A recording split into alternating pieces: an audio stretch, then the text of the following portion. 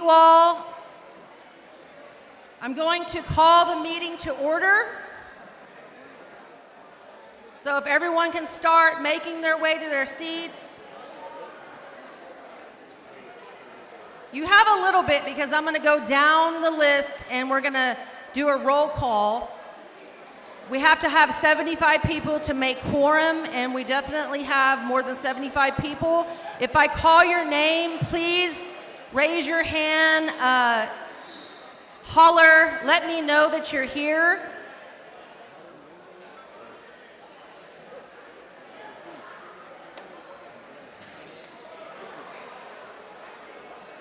We still have a lot of people coming in, getting checked in. So we're not going to get in too big of a rush. We'll have a prayer, and then I'll start the roll call.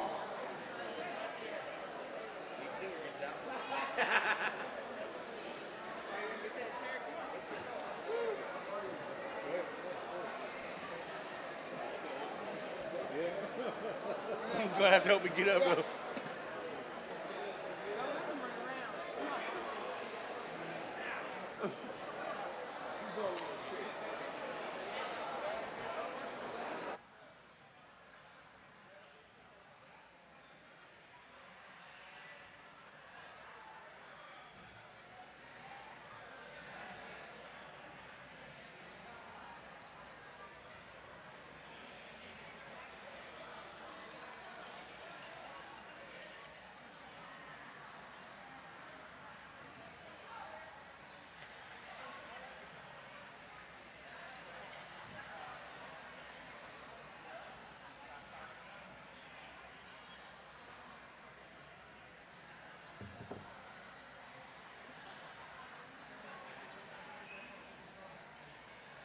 You ready? You can come up here. I don't have a wireless mic. Testing. I don't have a wireless mic. Do you want me to get you a chair to sit right here, or do you want to stand? Okay. I'm going to put you a chair right here.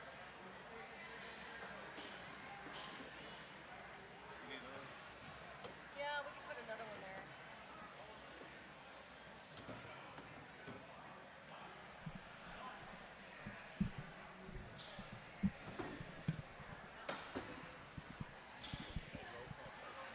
We'll do a prayer, then roll call. Okay, Yeah. all right. We'll do a prayer.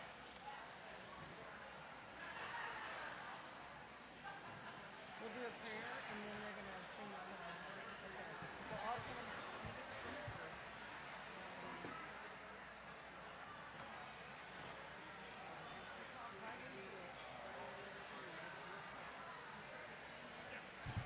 Slide it in.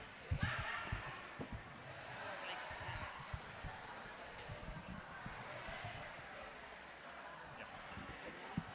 Ready? Yeah. Okay, let me go tell them they'll be ready.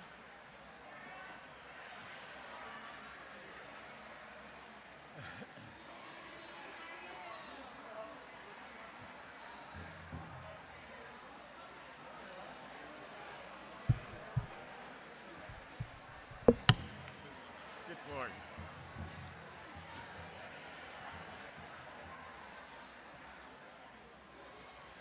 I'm going to be the bouncer.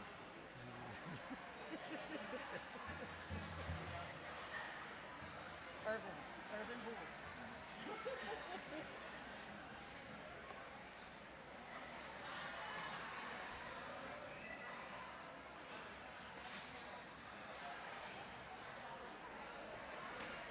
Okay, if I could ask everybody to just take a moment where you are and quiet down.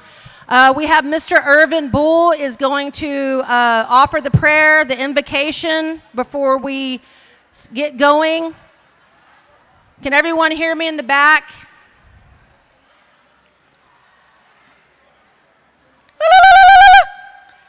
If we can get everybody to quiet down just momentarily, Mr. Irvin Bull is going to offer a prayer. If we can all just respectfully stop for a moment, stop what we're doing so we can offer a prayer to get our meeting going. I'm really happy we're all here together.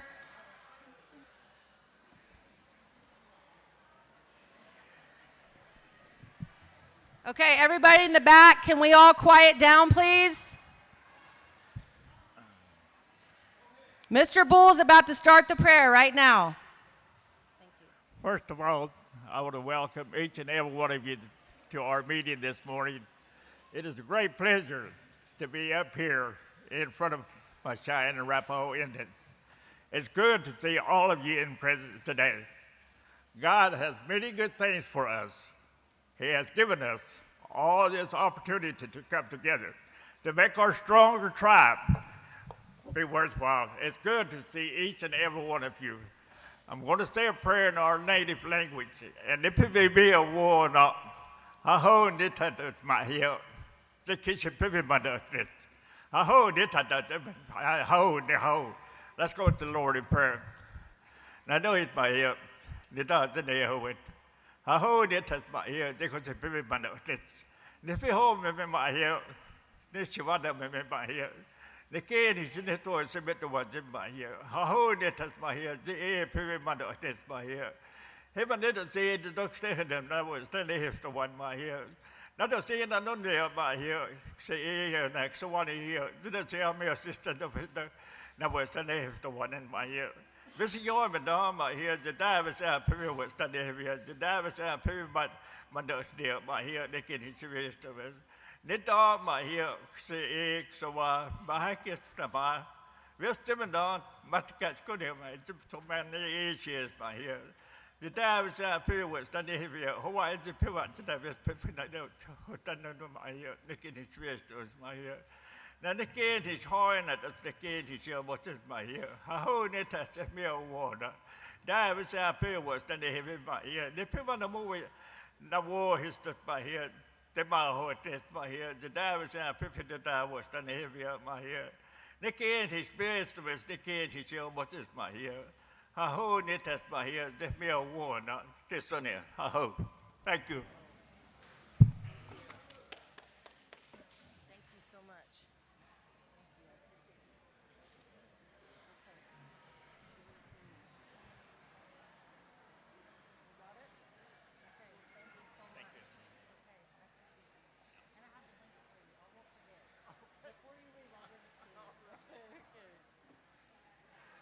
Thank you so much. We're going to have a couple of songs now, and then we'll do roll call.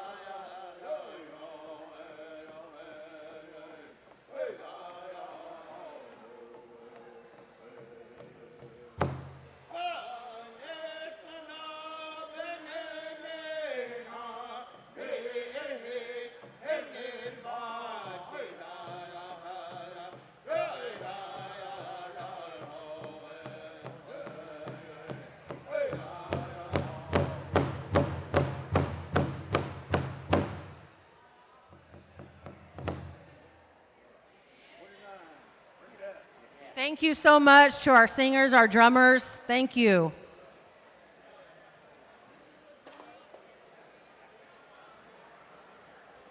I'm going to start the roll call now, so if I call your name, please make it known so I can see you or hear you.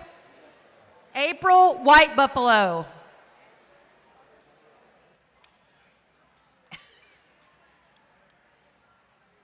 April White Buffalo.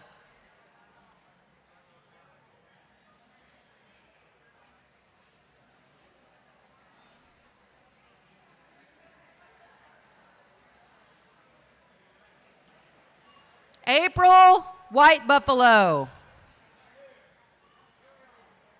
Norma Yarbrough.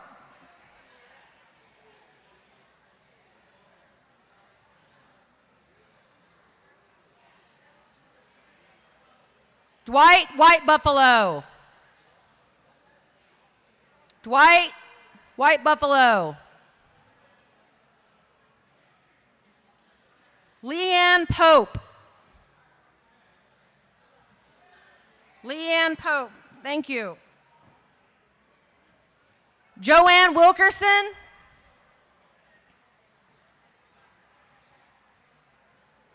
Charles Black.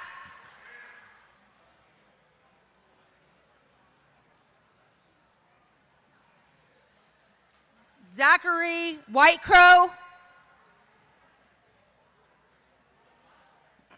Zachary Whitecrow.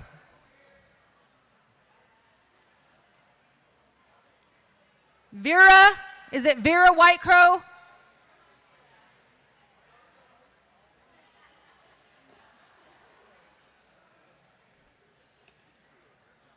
Reba Tisdale. Kara Ferris. Carla Tisdale. Carla? Thank you, I got you. Jerry Oglesby. Dana Gabriel.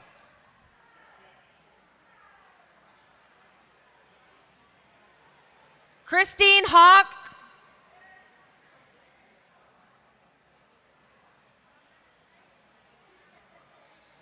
Marvina Black.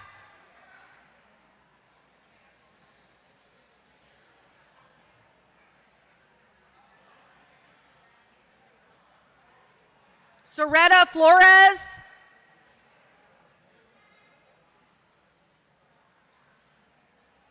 Bonnie Franklin. Bonnie Franklin. Gotcha. Edith Crow.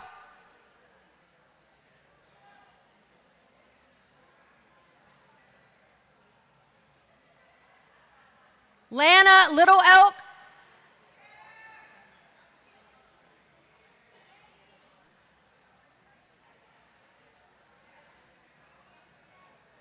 James Whiteshirt.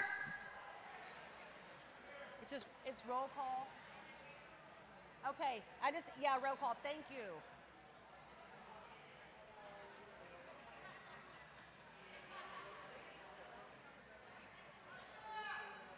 Thank you.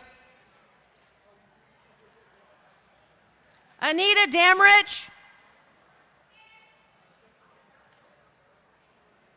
Guy Hicks.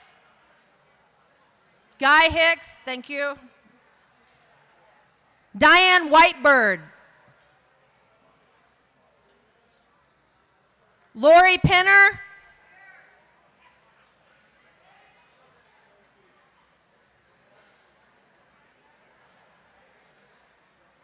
Ida Hoffman.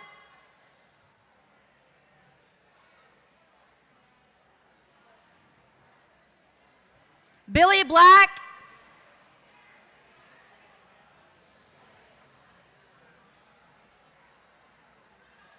Mary Pope.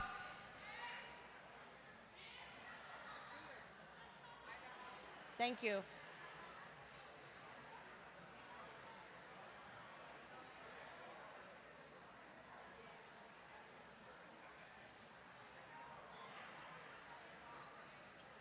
Alyssa Sweezy.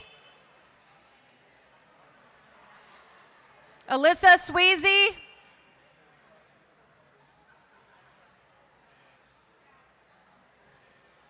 Kenny Pyatt. Kenny Pyatt.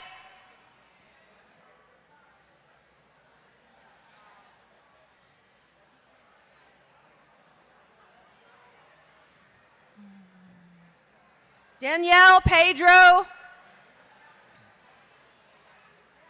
Danielle Pedro.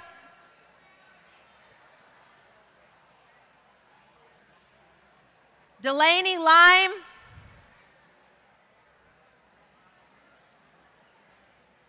Jocelyn Jones.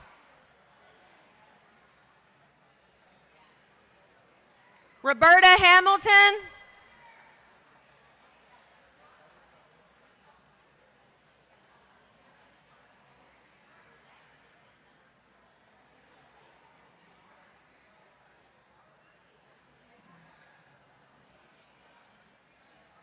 Tanya Wood.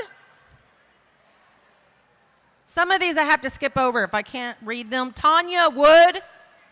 Thank you. Kelly Elledge. Kelly Elledge.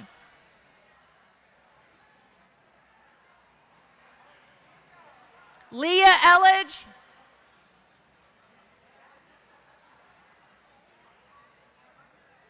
Toby Standing Bird.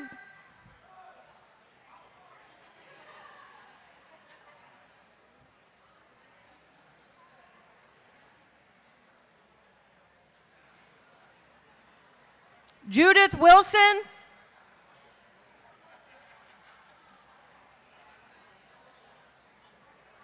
Jackie Wilson.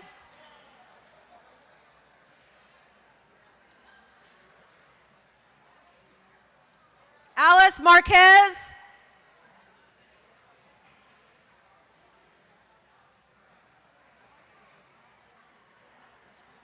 Jessica Codaseat.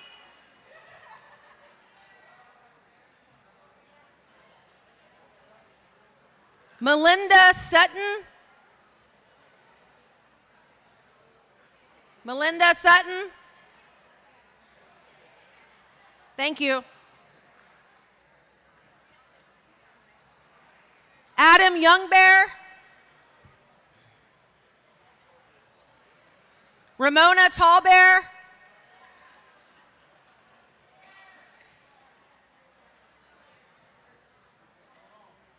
Ida Ray White. Noreen Red Hat. Noreen. Thank you.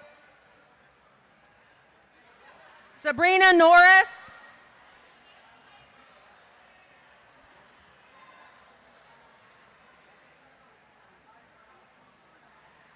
Guy Heapabirds.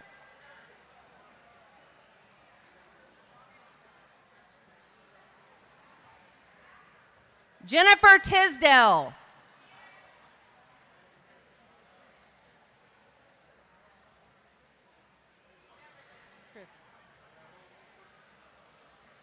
Georgia Emahula. Could you, for our sign-in sheets, could you go grab me? You can just tear them all. Okay. Yeah. Georgia. Okay.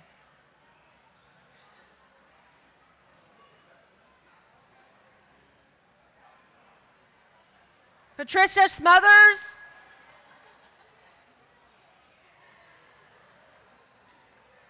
Pat Smothers. I saw you. Oh, right there. Ralph Birdshead. The third. You might want to announce this. Somebody, because we ran out of the resolution books and the budget books. Somebody came by earlier and they grabbed like 5 at a time. And they said, "We'll come back." But we need it to bring them out. Okay. Okay?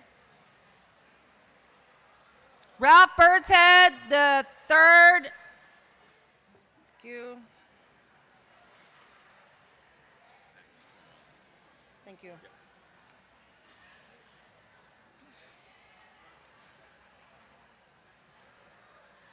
Nelson Orange Jr.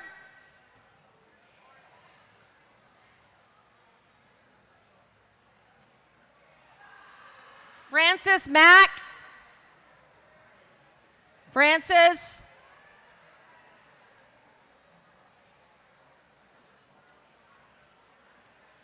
Candy Shawnee. Thank you.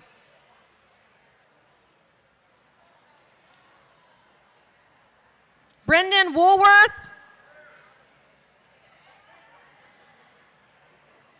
Desiree Woolworth. Demetria Woolworth. Thomas Woolworth. Tim Woolworth.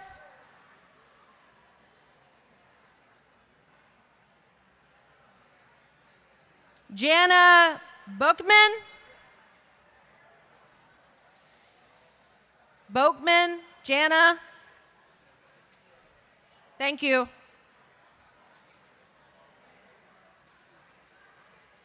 Annette Ramiro.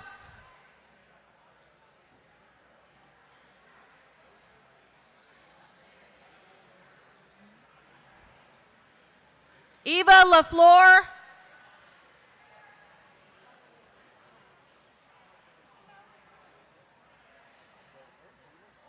Nadia Davis. Thank you.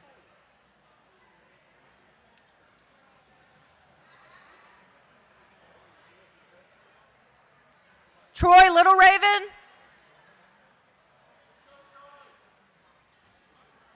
Al Little Raven.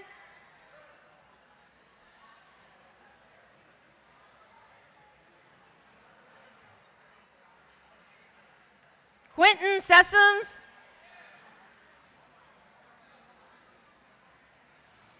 Robert Cheney. Thank you.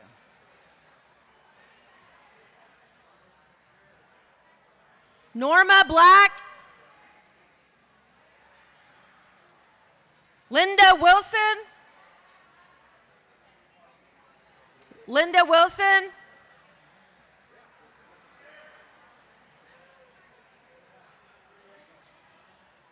Max Bear.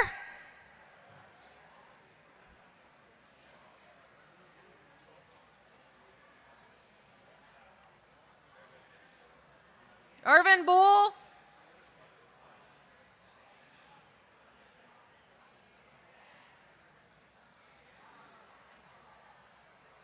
Irene Lime.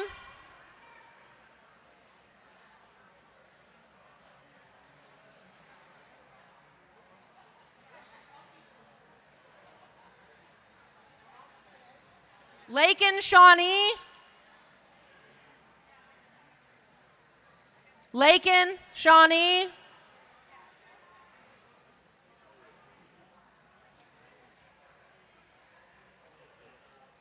Francine Williams. Danielle Blackwolf.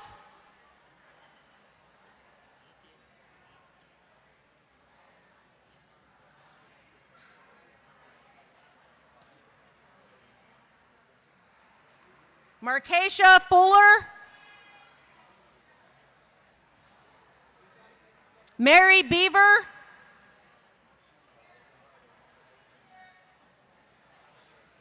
Janet Bullcoming.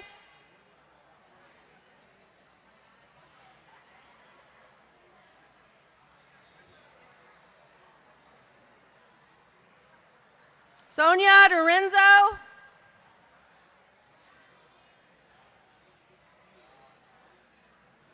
Virginia Reyes. William Blind.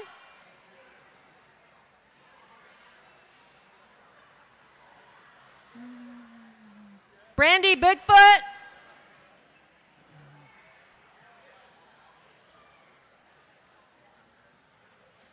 Wanda Twins.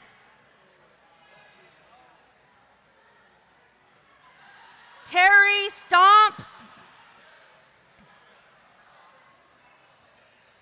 Terry Stomps.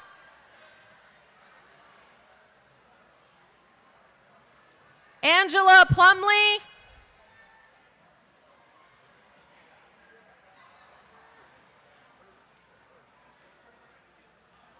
Okay, we've made quorum. Thank you.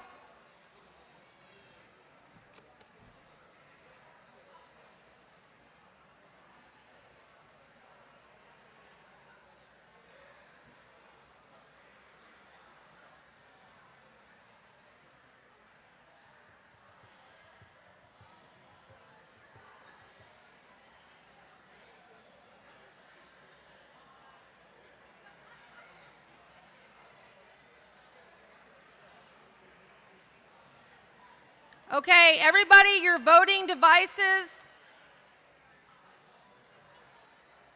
We're going to do a couple of test votes before we take nominations for chairperson of the meeting.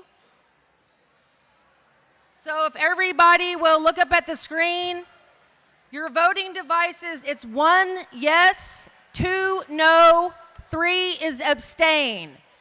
You hit the number that you'd like to choose, and you don't have to do anything else.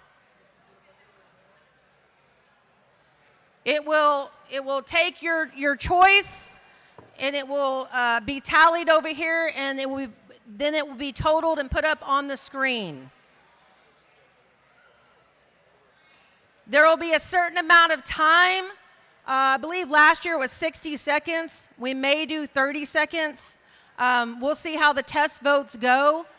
Within that time frame, if you change your mind about how you want to vote, all you have to do is hit the number 2. Let's say you pick number 1, 15 seconds goes by, you want to change your mind, all you have to do is hit number 2.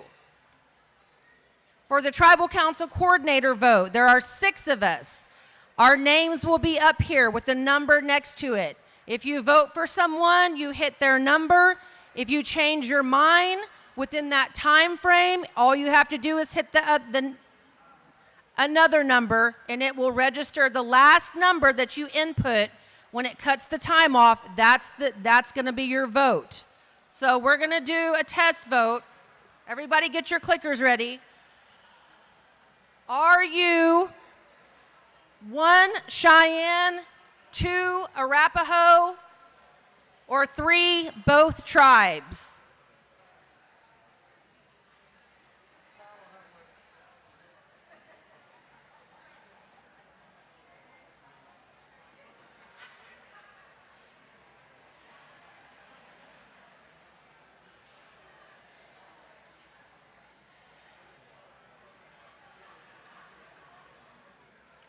When you make your selection, your keypad should say OK on your keypad. If you have any problems, all you have to do is raise your hand. We should have plenty of voting devices. There's 500 voting devices here.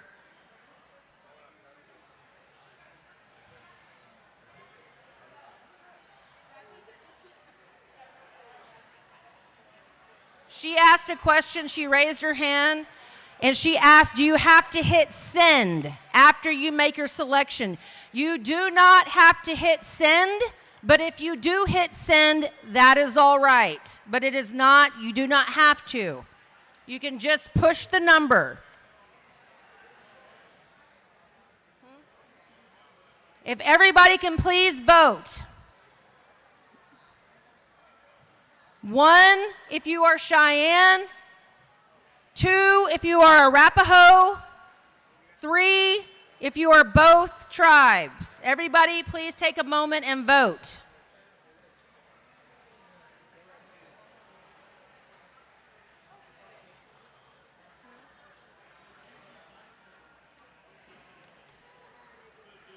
Raise your hand if you need more time.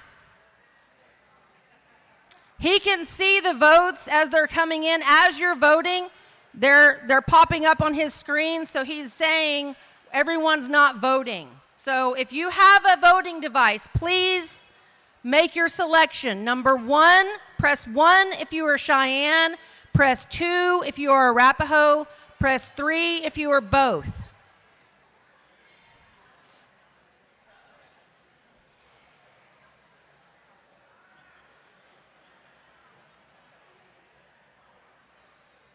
Okay, good. It's going up. We're at 165 people voting so far, but I know there's a lot more than 165 people. So please, it's rising. The numbers are rising. If you have an electronic voting device, please take the time to stop and make a selection. All you have to do is hit your number 1, 2, or 3 for this specific question.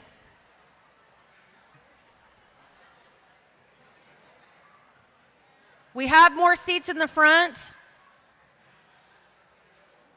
We also have a table up front. If you have a wheelchair, we have a table right here in front if you need a table. We have more seats up here in the front. In the 3rd row, there's some more chairs up here. Up this way in the chairs, we have open spots all up here in the front area if you're looking for a seat. Everybody's seat and all table spots should have a water and a little snack bag. At the time when the chairperson is voted in and takes over the meeting, the chairperson will be the one who decides whether to stop and break for lunch or keep going.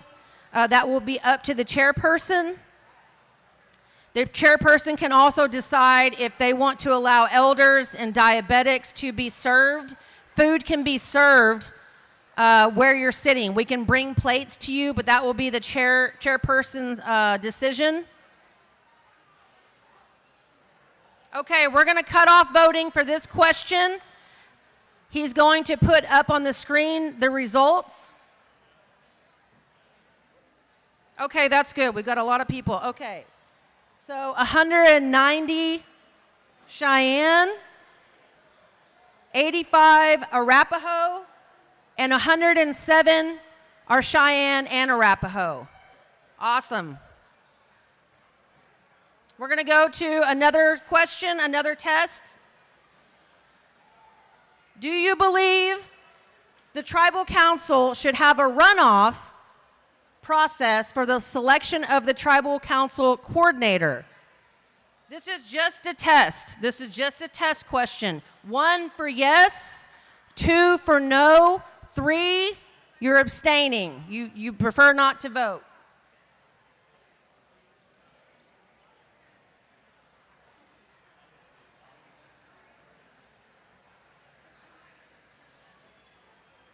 This is a really awesome turnout. I'm so happy to see so many tribal members come and use your voice. Your vote is your voice. This is awesome to see this many people here.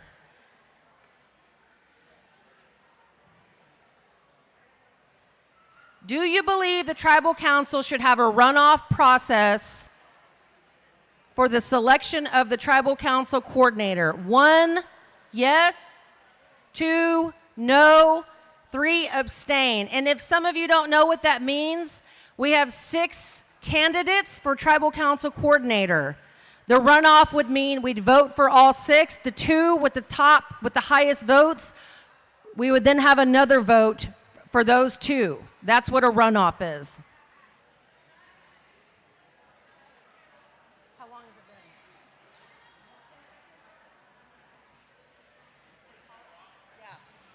Yeah. Okay. Voting is over for this question. Let's see the numbers. Please. 191 yes, 125 no, and 26 abstained. Awesome. Okay, we have one more test question. Are you number 1, male, 2, female, 3, abstain?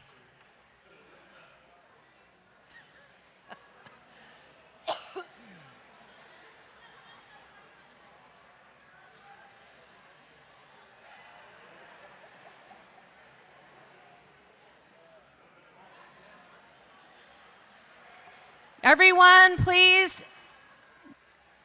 use your clickers. Are you male or female? Number 1, male. 2, female. Number 3, you abstain.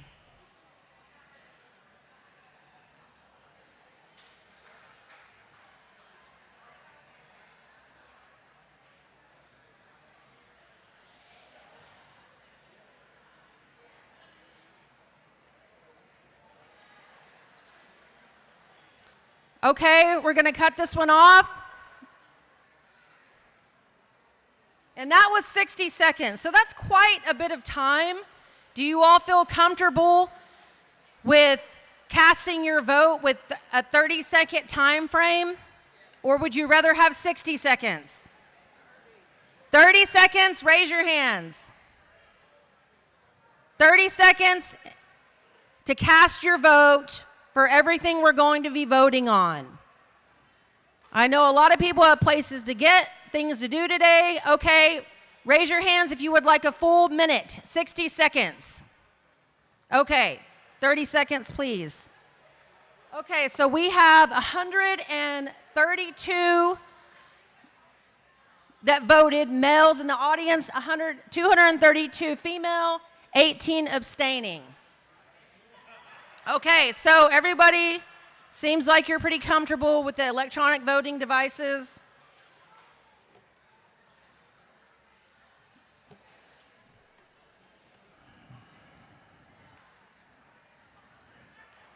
We are now going to take nominations for the chairman to preside over the meeting.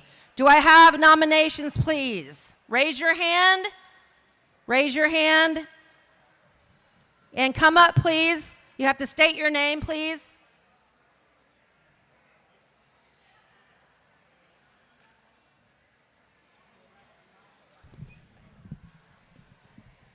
Bonita Cruz, and I nominate Bobby Hamilton. This is for chairperson. Yeah, Okay. chairperson. Bonita Cruz nominates Bobby Hamilton. Bonita Cruz nominates Bobby Hamilton. Bruce Whiteman, Bill Tallbear. Bruce Whiteman nominates Bill Tallbear. Okay. 1 second. We're going to cut off nominations.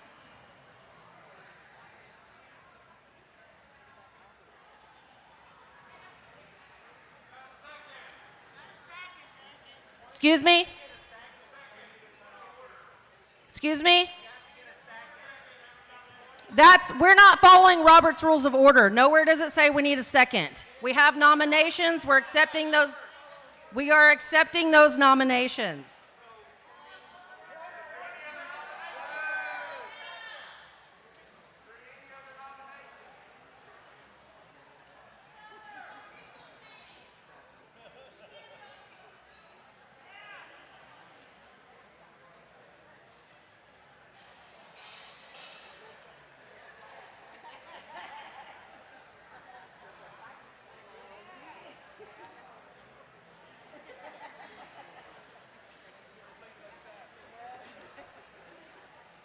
Okay, he's going to put it up. We have number 1 will be to Bobby Hamilton. Number 2, Bill Tallbear. You will have 30 seconds once he puts it up.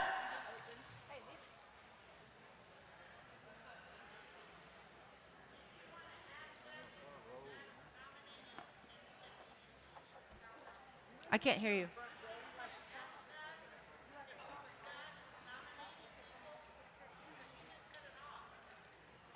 There were no more nominations. We have 2 people nominated, and we're about to vote. We do not have to have a second. Okay, if I can just stop and explain something. There's people that are having issues up here because I didn't ask for a second. There is a thing called Robert's Rules of Order where you would have to do that. We have tribal council rules of order and procedure, and we don't have to have a second. We have our nominations, and we're about to vote.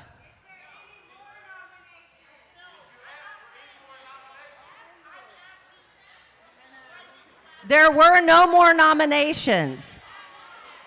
Nobody else had their hand raised or came up to the podium.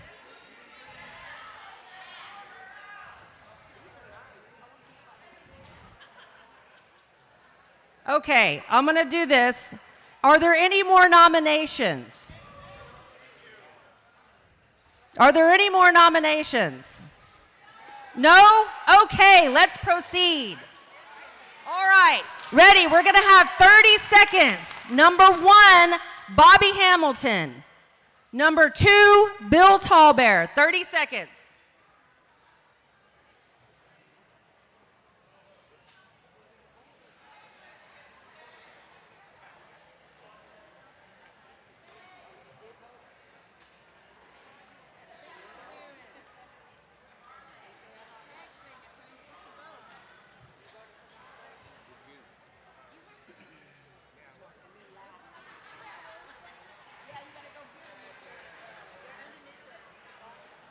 Okay, 30 seconds is up.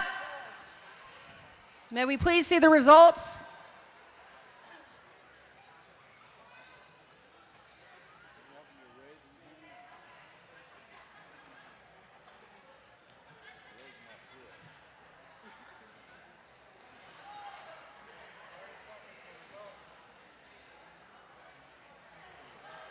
Number 1, Bobby Hamilton, 220. And number 2, Bill Tallbear, 144. Bobby Hamilton, please come up to the front.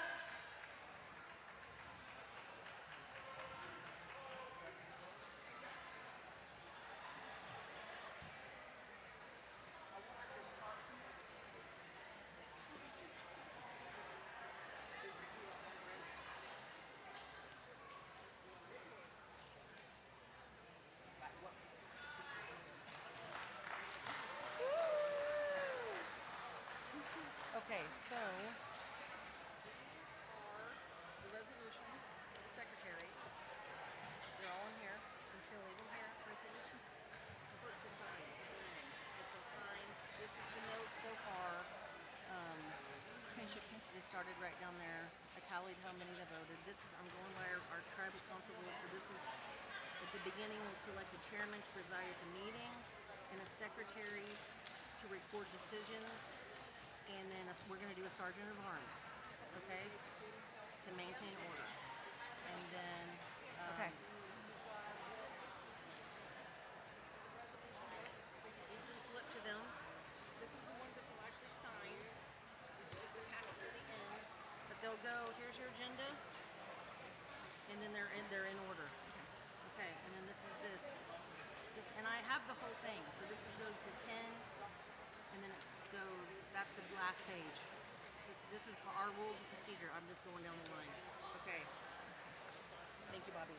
Nyakit, Pivawona. Thank you, everybody. We're here today for our annual Tribal Council meeting as indicated in our Cheyenne Arapaho Constitution. Thank you, everybody being here. So let's start taking care of business. Let's, I'm going to open up nominations for secretary. I'd like to nominate Jennifer Bailey. What is your name? Judy Wilson. Judy Wilson nominates Jennifer Bailey. Any other nominations?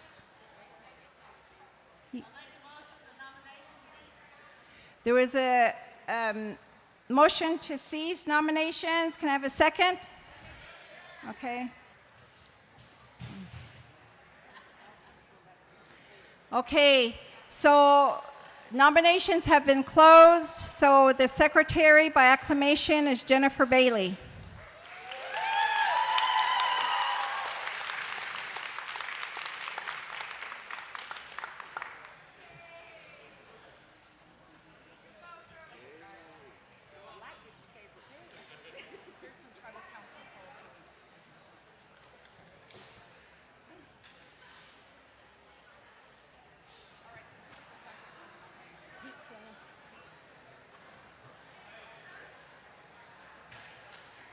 Okay, today we're going to go ahead and nominate a sergeant at arms.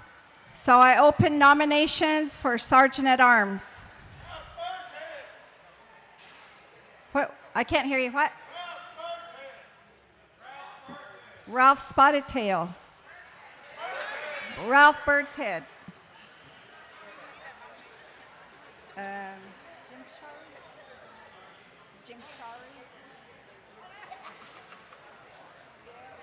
Okay, there's been a nomination for Ralph Birdshead. Any other nominations for Sergeant at Arms? Okay, Tom Woolworth has been nominated for Sergeant at Arms. Did I have a second?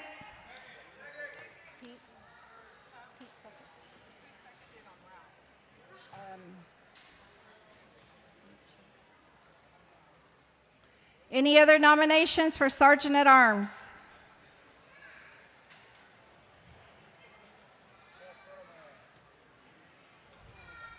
Okay, we have the two. Nomination C's. Yeah, she already did. Okay, can I have a second for that?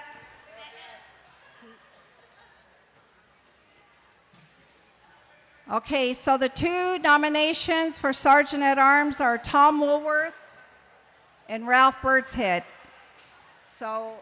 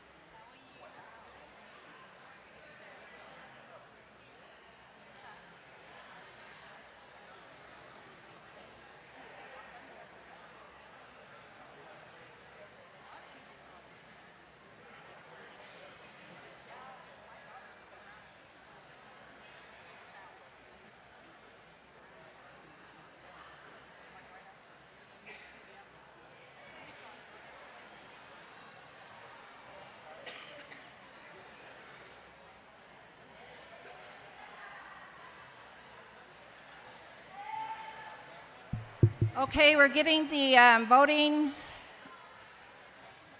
ready to go. So we have two nominations for Sergeant at Arms. We have Ralph Birdshead and Tom Woolworth.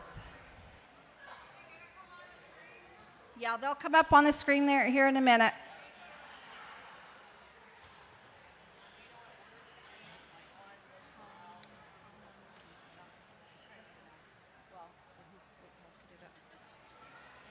Okay, so on your clickers, number 1 will be for Tom Woolworth. Number 2 will be for Ralph Birdshead.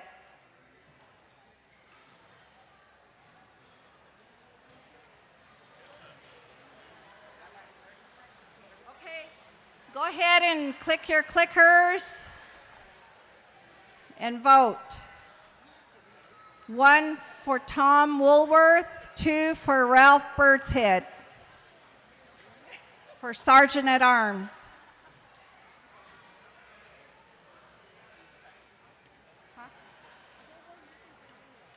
8 seconds left.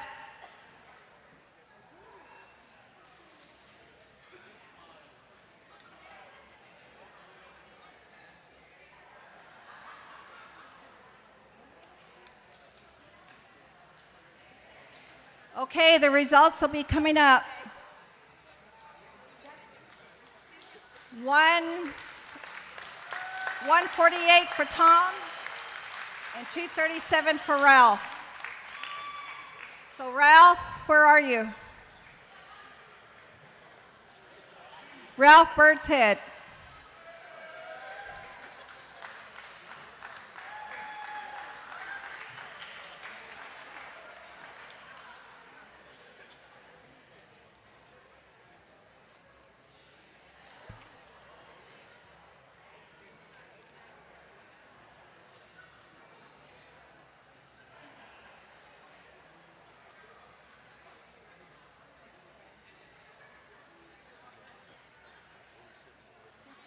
Here or there? Yeah. Okay. All right. Now we have our officers in place. So we're going to go ahead and go on the agenda. The agenda items are 1 through 15.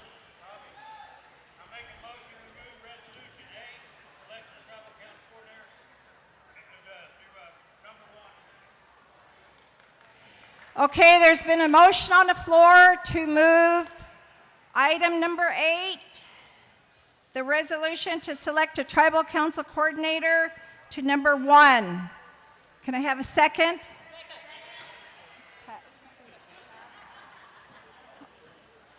Okay, there's been a second.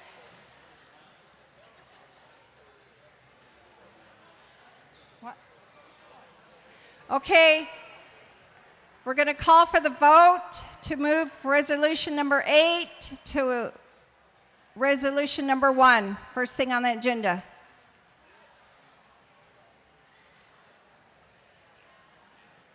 So on your clickers, number 1 is yes, that you want to move it.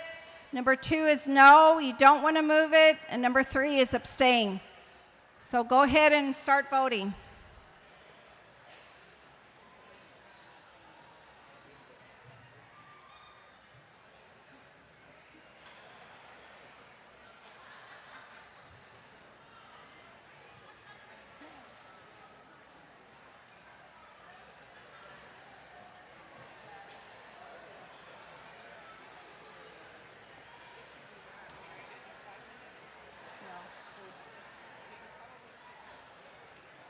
Okay.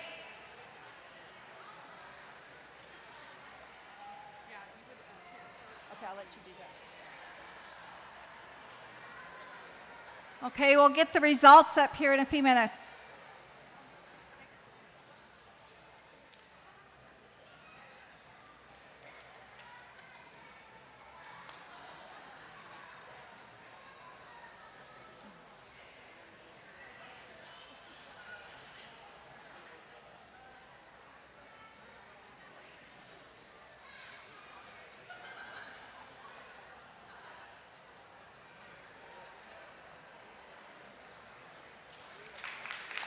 The motion to move number 8 to number 1 has passed.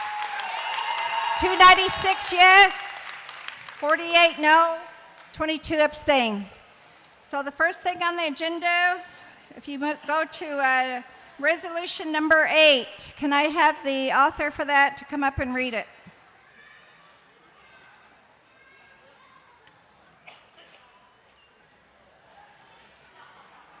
Which I guess might be Cedar. Amanda.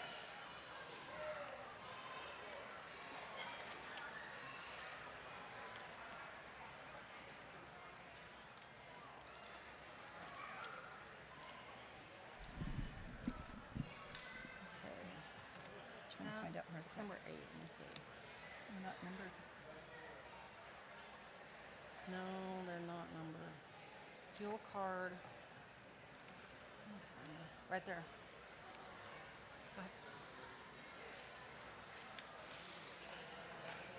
Okay, so in your book, your resolution book, just flip to number 8. Your resolution for a coordinator. We're going to skip down to the 1, 2, 3, 4, the 5th whereas.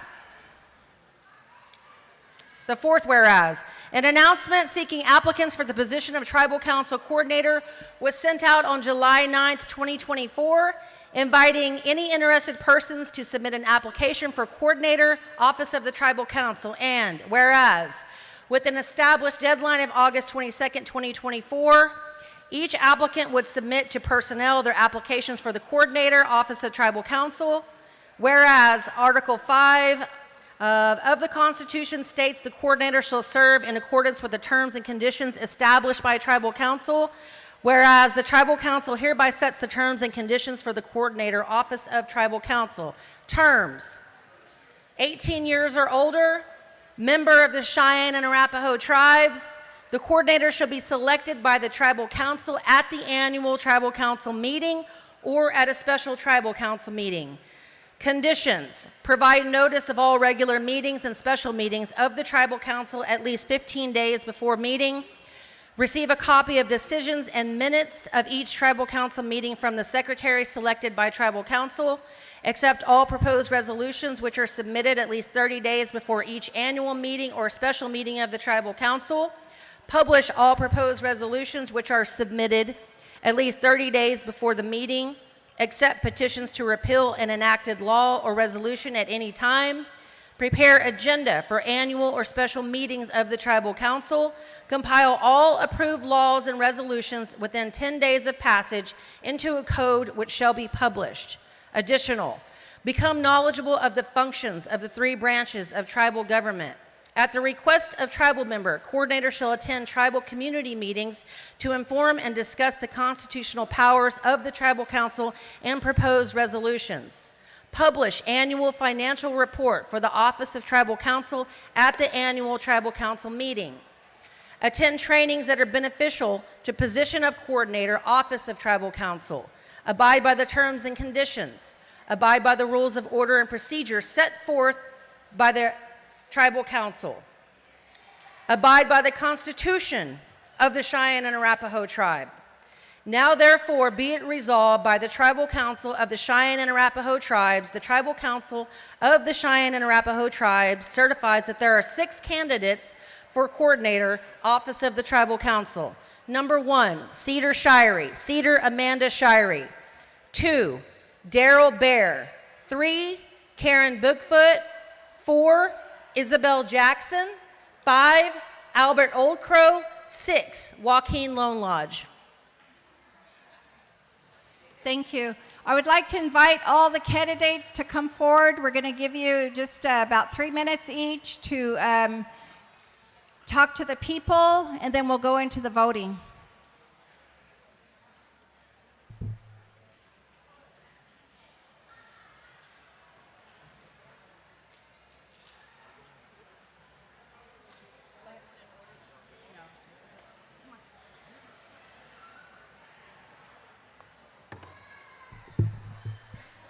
Good morning to all my Southern Cheyenne, Southern Arapaho people. My name is Joaquin Reagan Lone Lodge, one of your candidates for Tribal Council Coordinator. I want to thank everyone out there. This is a beautiful sight to see all our Cheyenne Arapaho people. I've had a lot of great conversations with a lot of you, and I've talked to a lot of the out-of-district members out there. And, you know, one of the things about my platform, as you know, I host a television show, and I had hosted a television show, is that I want to bring us all back together and bridge that communication gap. One of the things I want to do is I want to host a show every single week to talk about the ongoings of our tribe and to go along with these resolutions and talk to them out in detail. All we want to talk about is in detail, but also the outcome of it. You know, I know, the Tribal Council Coordinator, is a point of contact for the people. And if I am given that opportunity, I will be here for you. As you see, as my campaign, I ask you guys to do your due diligence to see who your Tribal Council Coordinator candidates are. I put myself out there. Every time I've been asked to be on a debate, I showed up.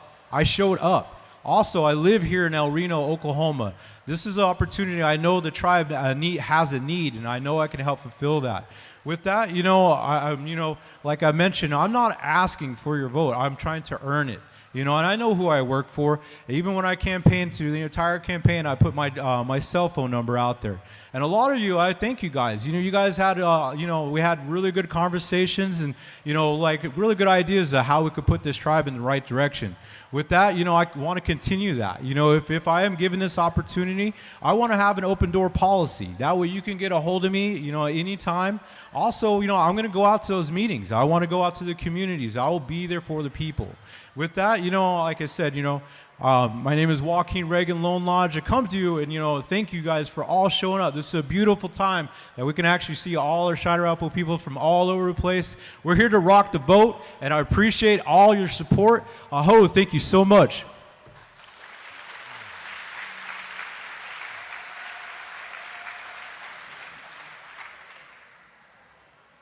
Next, we have Mr. Max Bear. People want Nyake. I know you've seen Daryl Bear on there. That's my real name. So if y'all want to use it, sometimes it's okay. Y'all can use it. I barely use it myself, so my name is Max Bear. I grew up right here in El Reno, Oklahoma, until about maybe before I was left for the Navy. I went to the Navy, and I stayed in Virginia for about 10, 11 years. When I moved back here, I started working for True Green. But after that, I started working for the tribe. So I've been with the tribe for 11 years. In the same department, culture and heritage, language and culture, whatever you want to call it. I've been there the whole time since I moved back. I've only worked for 3 positions since I've been out of the Navy in 2001 and never been fired from any one of them. So I'm calling on you today, to ask for your help, because my focus is want to give the voice back to you people, the Tribal Council. You are the Tribal Council. All this person needs to do right here is bridge the gap between you and the government, and that's what we need to do. Because I'm one of you. I'm a tribal council member. I'm a Cheyenne Arapaho. I want to be in there, be amongst you, give you a face-to-face time to talk to you, to tell you what your issues are, and then we can solve our problems on our own. Stand up for ourselves, the tribal council. All the business used to take place right here at these tribal council meetings before we had a complex, before we even had a reservation or anything. It took place in councils, and we made decisions, and all the people were on the same page. And that's how I see it. We should be on the same page. This position right here needs to be a runner in between all the communities to connect them, to put that news out to everybody. So that's what we need to get back to, those little bit of basics, and that I can help you with. But I'm going to plead with your elders and your chiefs. You elders, you have knowledge that we need. You chiefs, you're supposed to be taking care of our peoples. Form small committees within your communities. Use the community halls to meet with your people, see what their issues are. Then we can bring it to the tribal council's attention. And then maybe we can pass something that's useful for our people and make sure it follows through. But I'm going to need your help from each one of you folks. You are the tribal council. Stand up. Speak for yourself. We can take that messages back to the government. And that's what I'm looking for. That's who you need as a tribal council coordinator. And I can offer that because I've earned my weight to talk. I earned my way and place up here to talk in front of you, to talk for you, to stand up for you. I brought that back from the war zone over there in Kosovo. I served on 2 fronts. I was in the Mediterranean Sea, the Adriatic Sea, and the Persian Gulf. I brought that back. When they came back, they changed my name and made me a leader of the tribe through our societies. I'm a Kit Fox society man. So that I take very seriously, and that means I take up for my people first and foremost. Just the same way I took that oath when I went into the military. I take up for everybody. I don't see one person out here. I see all our Cheyenne Arapaho people out here. I don't see any difference. We're all the same. We're all in the same building together to make good decisions for ourselves. So please, Navistan, haho, hinahane.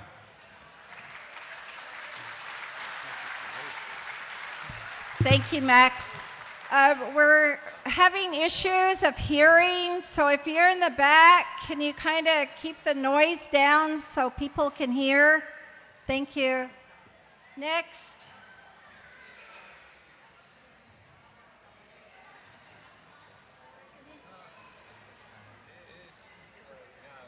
Okay, next we have Isabel Jackson. Hello, my name is Isabel Jackson. I may not know many of you guys, and I'm from Canton, or Longdale. I'm from Canton, and my grandparents are Dolores and Joseph Hadley. I am a nurse right now. I work part-time at a nursing home. I have 4 children, and I just would really like your vote to make a change and really get to know everyone. And this is really hard for me to get up here and talk, but I know my grandma would be really proud of me for trying to make a change in the tribal community. So, thank you.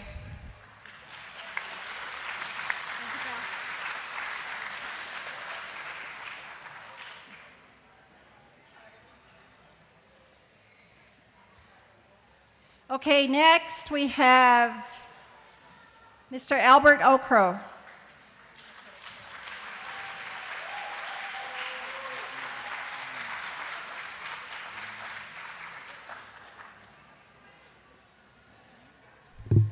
Good morning, everyone. My name is Albert Oldcrow, and it's strange to not be up here chairing this meeting. I want to say that I am running for Tribal Council Coordinator. First, I want to give a huge shout out to Team Oldcrow for coming up with my slogan, Hammond, man, no socks, no nonsense. Now, you've trusted me many times to chair this meeting. I'm asking for your vote for Tribal Council Coordinator. This is a huge undertaking for me because I live in Dallas. I've worked at Head Start of Greater Dallas since 2003. That's 21 years, one place, one job. I've shown my ability to be fair and unbiased whenever I chaired this meeting. I know people didn't like me, but I listened to them, help them get through the resolution, help it be properly read. Just be fair and honest. That's what my whole deal is. I also guided the resolutions and professionalism. That's what I do. Try to treat everybody with respect and dignity. What else have I? Talk about what I'm going to sacrifice for you. Right now, I said I've worked at one place. If I get elected, I'm going to give 2-week notice. That's being professional. Vacate my job, move here, and then one other thing I'm going to be giving up is I host a weekly American Indian radio show every Sunday evening. Going to have to walk away from that. I also have family in Dallas. Going to be up here. So I'm okay with that because I want to serve my people. Cheyenne and Arapaho people, this huge gathering is unreal. I appreciate each and every one of you taking time out of your busy schedule to be here today. So that we can move our tribes forward. I proposed, here's some of the things that I've done just as chairperson and before I became chairperson. I proposed electronic voting devices, and now it's a reality. I was mentioned in the Tribal Tribune for my role in the land purchase at Bear Butte. When there was opposition to the feasibility study for a new casino, I stepped in and suggested that Hammond be included in that, and that's happened. So, she said, my time's up. I can talk forever and ever, but I appreciate you being here. Thank you for your vote.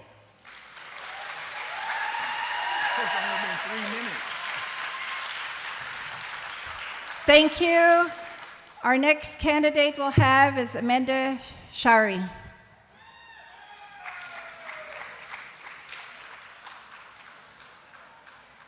Hello, everyone. My parents named me Amanda when I was born. The elders named me Cedar Woman when I was a little girl out at Barefoot, and so that's why I go by Cedar Shirey. It's been a really big honor to be your current tribal council coordinator.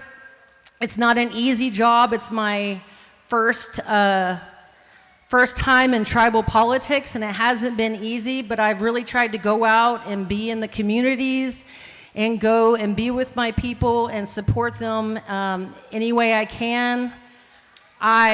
When I got voted in last year, I lived in the Seminole area.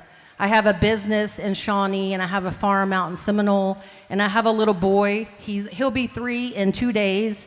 So when I got voted in, my little boy and we moved up to El Reno, and that's where we currently live. I just wanted to be closer to my people, and so I can raise him more traditional and to know our ways. He and I both entered the arena a couple years ago at Colony, and that was super exciting. And that's just because I want to serve my people. I have a business, and I don't have to do this job for the money, but I want to serve my people, and that's one major thing that I did. If you look at last year's budget, the salaries for the tribal council office were at $110,000. I've lowered the salary for the 2025 budget for the tribal council coordinator for that salary to be $56,774. So basically almost a $20,000 reduction for the tribal council coordinator position, and I just believe that was the right and fair thing to do. Being in this office for the last year and knowing what goes on in the office and what my responsibilities are, that's just what I felt was right to do. And it's really, because I just want people to know I would do this job for a lot less than that. It's because it's not about the money to me. I'm the best person for this job. ask for your votes so that I can stay in office and so we can have that stability. There's a lot of changes that we could do for our tribal council branch to make us have that power that we have as tribal council branch. We need to amend our constitution. We could have a stronger tribal council, maybe by having tribal council representatives from our different districts that would represent, anyone. If you're 18 years or over and a member of our tribe, you are the tribal council. But we could change that to make us where we have a stronger seat and for the people. Thank you very much. Thank you. Our next candidate is Karen Michelle Bigfoot.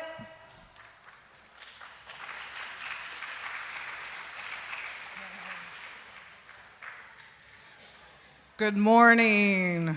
I lost my wallet yesterday, so I wasn't sure they were going to let me in. I didn't have no ID, but thankfully I know my enrollment number. So I have been fortunate enough to work for the tribal government within over the past 20 years in all three of the executive branches, all three of the branches of government underneath this new constitution. So I count myself very fortunate for that. And working in these various branches, I've been able to gather the gripes and the complaints, and then also, you all are doing a good job. So with that, when I was first elected as tribal council coordinator in December of 2018, I was working in the legislative branch. And I was able to work in the speaker's office, and at that time, the tribal council coordinator was new to tribal government, and so there was a lot of turmoil. So when I was elected, I wanted to do something for tribal council. I wanted to do the tribal council constitutional trainings because that's what I heard. I heard tribal members blaming the coordinator because this wasn't done, blaming the legislators because this wasn't done. Why is the governor doing this? Why is the governor, So there's a process to that. And in order to empower and make our tribal council branch more effective is understanding our constitution and the powers granted within each branch. And that's where I would like to continue. 2019, we had the first tribal council meeting, training in Clinton, Oklahoma. Then we had one in Gary when they were doing the blood quantum. We had two in Concho. I did the Robert's Rules of Order because of the way our rules of order and procedure were moving. We don't have Robert's Rules of Order. We didn't adopt Robert's Rules of Order. We have a general process on how we conduct our meetings. So those kind of things is just educating our tribal members. We all need to be educating on how we want to be effective. The resolutions that we put forth, we actually are not supposed to do resolutions except for within the tribal council branch policy. So that's why I want to run. I want to help tribal members, empower them with the tribal council branch, tribal council constitutional trainings, and just getting us educated. Ho-ho.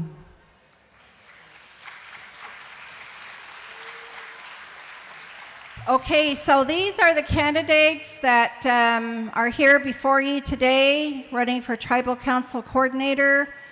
So now is going to be your time to select the next tribal council coordinator. And we want to thank them for coming up. Let's give them a round of applause. Thank you.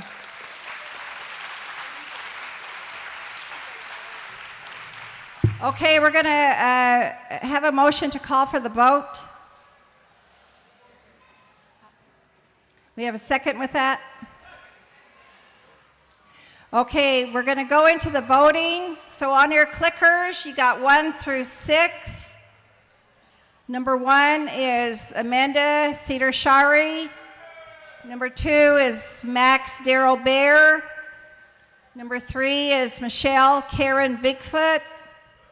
Number 4 is Isabella Jackson. Number 5 is Albert Okro. Number 6 is J.R. Joaquin Lone Lodge. So grab your clickers and begin the vote.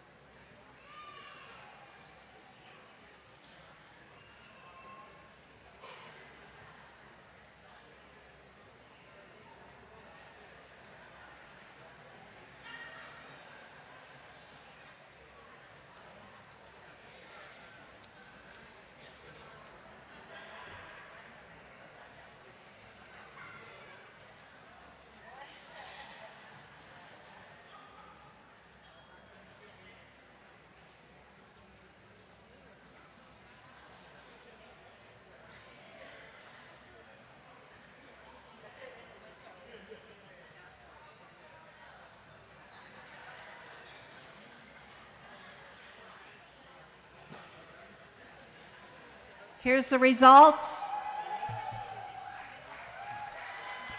Number 5, Albert Okro is your next Tribal Council Coordinator. Amanda Shari has 69 votes. Darrell Baxbear has 52 votes. Michelle Karen Bigfoot has 35 votes. Isabel Jackson has 18 votes. Albert Okro has 190 votes. J.R. Joaquin has 105 votes. Thank you again for the candidates, and congratulations to the new Tribal Council Coordinator, Albert Okro.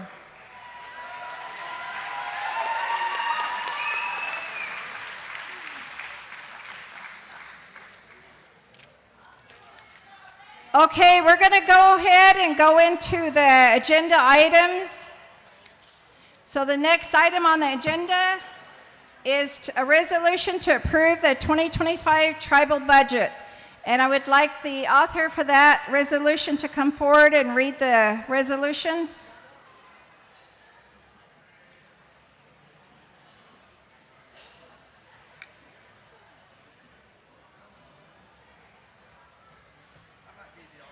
Okay, you have it. Thank you. Do you have it or do you want Yeah.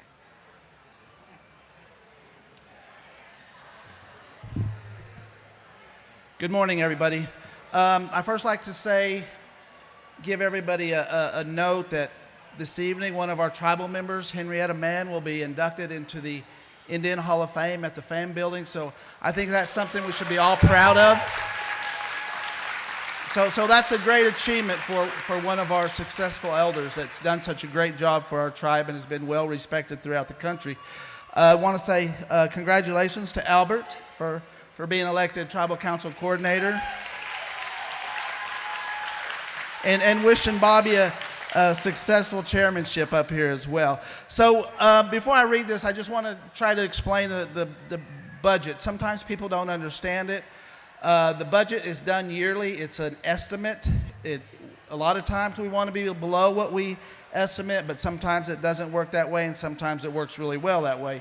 But it's composed primarily of the grants and the monies that the casinos basically don't use for their expenses, whether it's overhead, it's some type of expenses, labor, insurance, all these things that we have to pay for. Okay, so let me go ahead and read this resolution.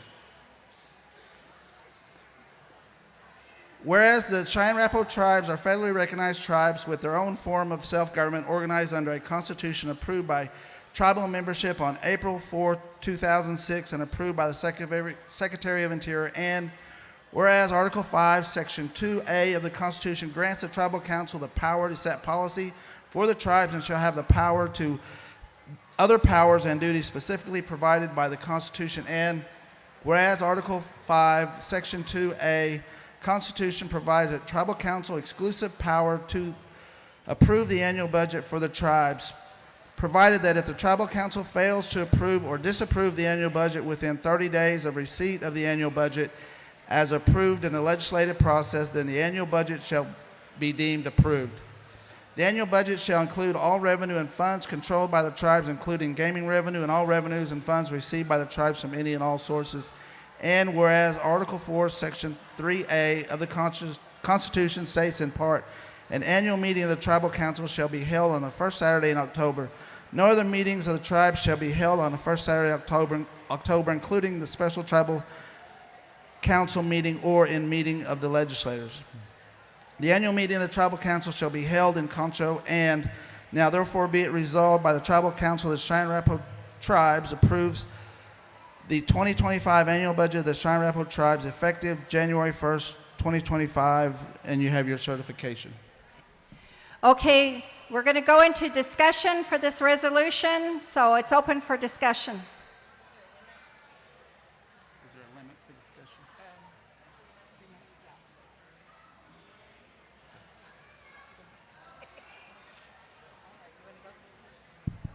I'll go after that. Let's see. Well, let me just go. Yeah, just pull it. Good morning, Pete Salinas. I got a few things I'd like to say about this budget, things I say every year. First, I'd like to congratulate Mr. Old Crow. I voted for him even though I'm wearing socks, so we need to check his shoes. It says basically in the resolution itself, the annual budget, lost it there, shall include all revenue and funds received by the tribes from any and all sources. You can look through that budget book again and again. How much money are we getting through the tax commission? We spent, like $14 million a few years ago on a ranch. Have we made a dime from that ranch yet? You know, what did we get for our $14 million? You know, just over and over and over again, you know, the money the tribe makes is hidden from us. So the governor read it himself. The tribal budget shall include all revenue and funds that we got. And again, once again, year after year after year, we don't know. You know, a few years ago, somebody in the tribal government said the legislators were all happy because all these oil and gas leases we made, they was expecting to make over $1 billion coming into the tribe, over $1 billion with a B. And they were all happy. They're planning on spending on this, spending on that. And you know what? We still don't know how much money we get from oil and gas leases. One of the original tax commissioners told me in the early days of the tax commission, the oil and gas companies used to send them a check to the tax commissioners in their name.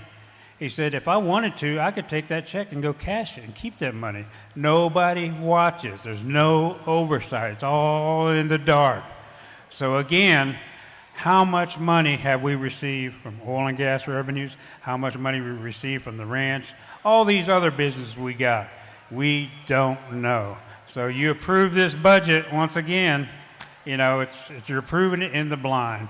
You know, it's ridiculous to say, yeah, you can go ahead and spend whatever you want. Now, I know for the federal government, for us to receive federal funds, we need an approved budget, so it is important. I say disapprove it, though, and let them come back with the real number so we know what we're approving, because right now it's ridiculous. Thank you. Thank you.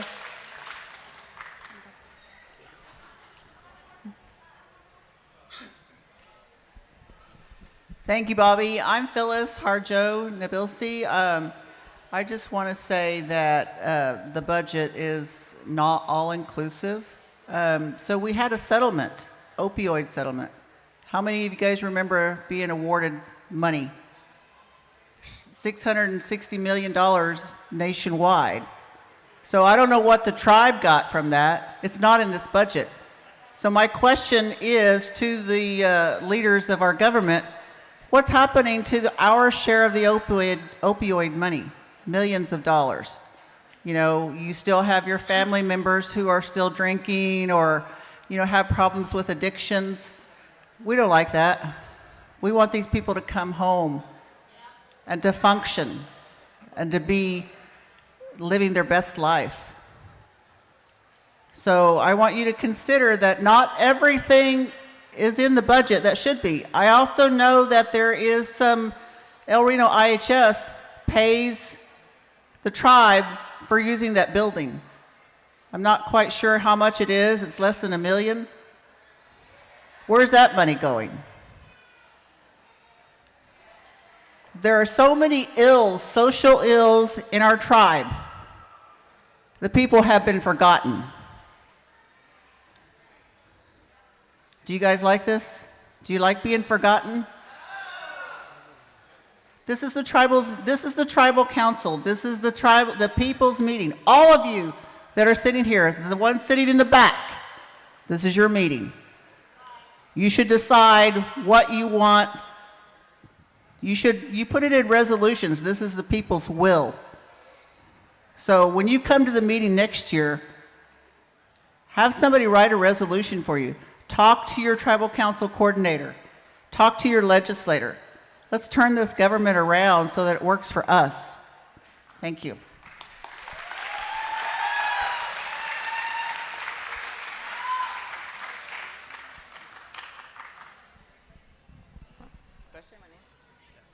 Hello, my name's Christine Hawk. I was looking through a lot of pages on here, trying to divide the number of our numbers in our community, trying to divide the numbers of our community and to these numbers. I mean, some of them match up to a little bit over, 48%. But I was looking at the Department of Housing. It barely has any salaries, fringes, health insurance, pensions plans. I don't really understand this, but I'd like to be able to have some way of looking a little bit more into this, because I've heard from somebody that I know that it took him 10 years to get a house, and now that he's in a different position, he's not able to get into that house. But yeah, that's all I got.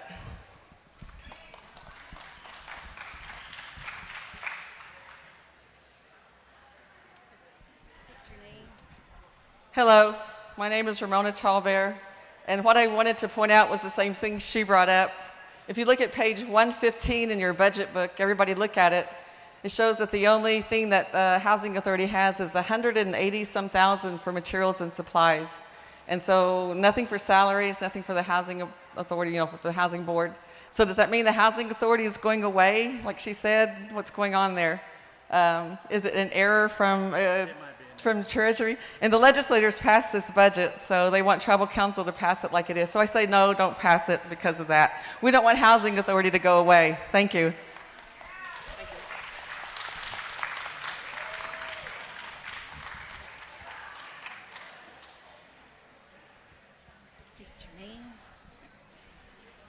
My name is Ida Hoffman, and I'd like to speak on behalf of the elders of our tribe.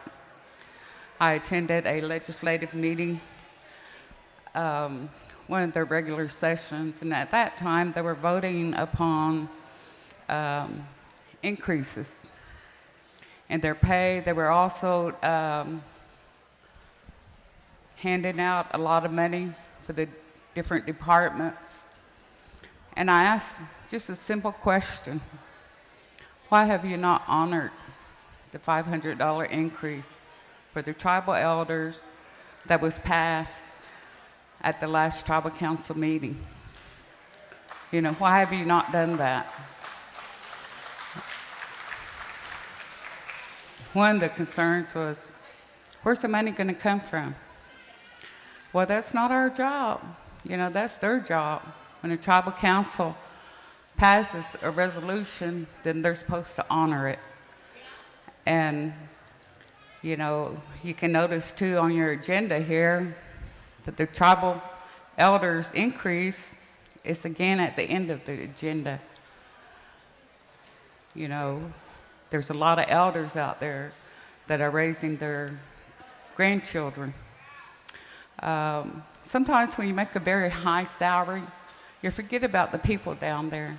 You forget about these elders that need help. It's not a big increase. It's not going to break the tribe. So I just want the tribal council to know that in order to get the things that we're passing today, we have to get up and we have to make the administration do it. You know, we all have a voice. That's what we're all here for. And I say, give us our increase, Reggie.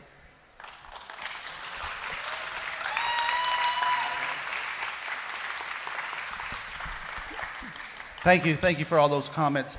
You know, it is true we did get an opioid settlement, and we've get a few, but we've deposited them in a savings until we can find out a plan on how to utilize those settlement funds, because if we don't, they'll get lost like other monies did in the past, and we don't want that to happen. We like to see that money grow and put them into the health programs. So that's where that money is. Somebody had a question about that. Housing isn't going away. Housing gets federal funds. They get, I believe it varies. I think one year they got $4 million due to CARES and some other issues. So housing isn't going away. Those I think were gaming funds. So the budget process goes from the executive to the legislative back to tribal council. Now the legislators do hold hearings, just like Ida said. She said, I went to a hearing, I noticed this and that, and the hearings are open to everybody. And at that time, anybody can come in there and they can make recommendations. They can get with their legislators. Everybody should be in a district, and they can say, why are you doing this? What are we doing about this? But the legislators pass the budget to come to the tribal council. So once the legislators got it, they do hold public hearings. It is open to the public. If you feel something's not right, then that's a time that you should tell the legislators, we want to know this or that. But once it leaves our hands, it goes back to legislators and it comes to tribal council. But everything in there, all the programs are in there. I can't tell you what happened to housing because they get federal funds. The tribe doesn't fund them with their labor, their insurances, or any of their supplies or any of their overhead. So I do know that amount usually goes to elder care for their lawns and some other things that housing wants to use. So that money specifically is for a different purpose and mainly for the elders for the lawn care.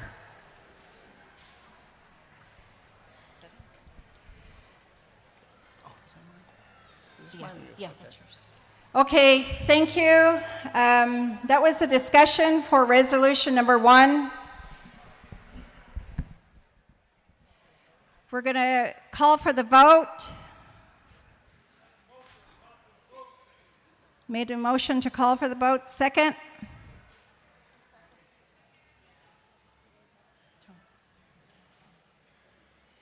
Okay, we got a motion and a second. Get your clickers ready. We're going to vote. Number 1 on your clicker is yes. You want to pass the 2025 tribal budget. Number 2 is no. You don't want to pass the tribal budget. And 3 is abstain.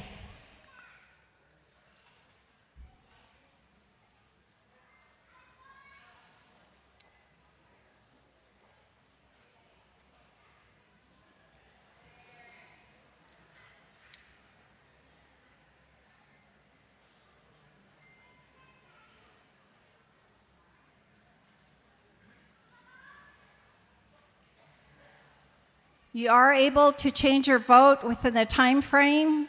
So if you decide that's not what you want, then you can change your vote.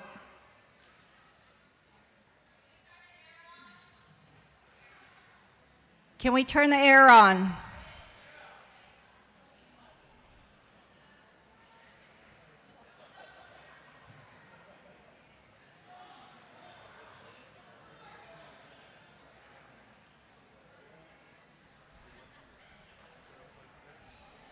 The results are up.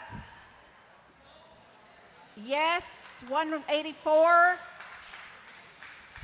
No, 208. and 26 abstained. The resolution for the 2025 budget did not pass. Okay, we're going to go to the next resolution.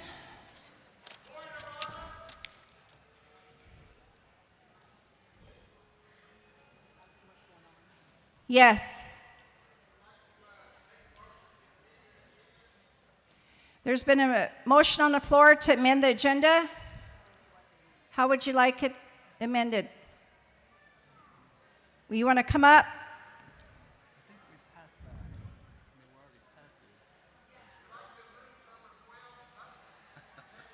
Shouldn't he have did that at the beginning of the meeting? I think we're beyond that, right?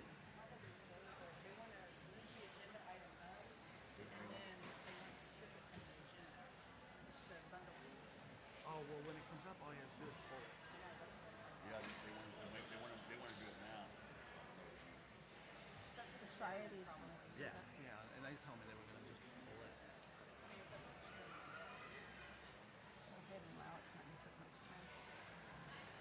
Okay, there's been a motion to move the agenda number 12 up to number 1 or number 2 now. Do I have a motion, a second for that? Okay, it's passed, or we're going to call for the vote for this to move the agenda item number 12 up to the next item number 2. Do I have a motion to call for the vote? Tom. Second? Okay, we're gonna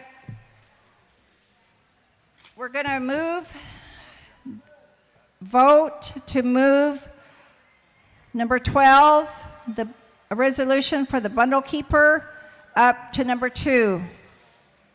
So if you grab your clickers, yes, number 1, no, number 2, number 3 to abstain.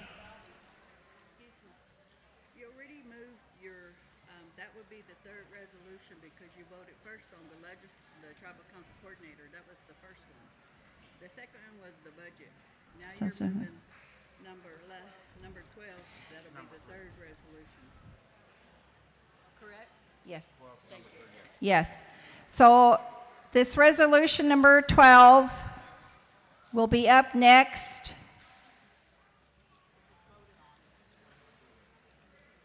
So if you grab your clickers, number 1 is yes. You want to move it to the next item? Okay, the vote is already up. So yes, we're going to move item number 12 to the next resolution. No. 121. Abstain. 33. So I'm going to call the author for this resolution up to read. I'm right here. Okay.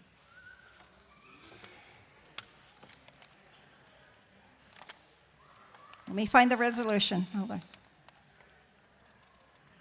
Number 12. These aren't numbered.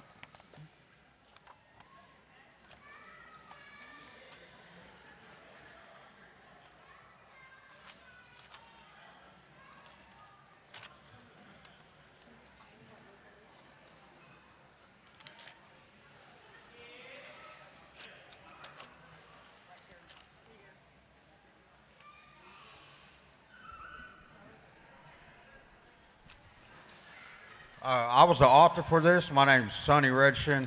After talks and everything, I decided to pull this resolution. This is not the place for it. Thank you. Read it. Huh? Read it. No, I don't have to once I'm pulling it. You pull Yeah, it? yeah. Okay.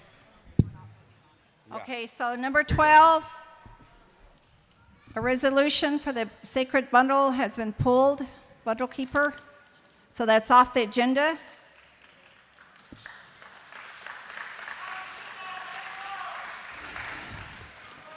So we'll go to the next resolution, A resolution to amend the a resolution to approve the tobacco compact. So with the author of that, please come up and read.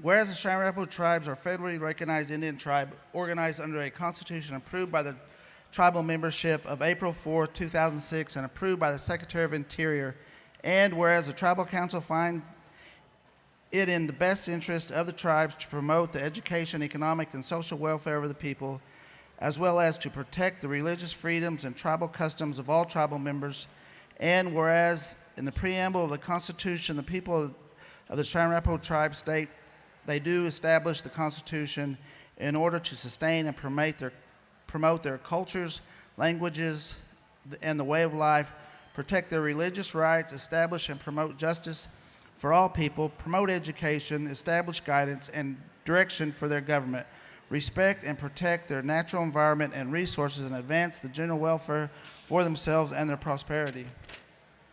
And whereas Article 5, Section 2A of the Constitution grants the Tribal Council the power to set policy for the tribes and shall have all the powers and duties specifically provided by the Constitution, whereas a previous tobacco compact with the state of Oklahoma has expired and needs to be renewed, and whereas it is in the best interest of the tribes and its members to accept this compact with the state of Oklahoma, and now therefore be it resolved that the Tribal Council hereby approves of the tobacco compact with the state of Oklahoma, and be it finally resolved that the Tribal Council, pursuant to the constitutional authority, authorizes Governor Reggie Walsney to sign the tobacco compact with the state of Oklahoma and any and all related documents.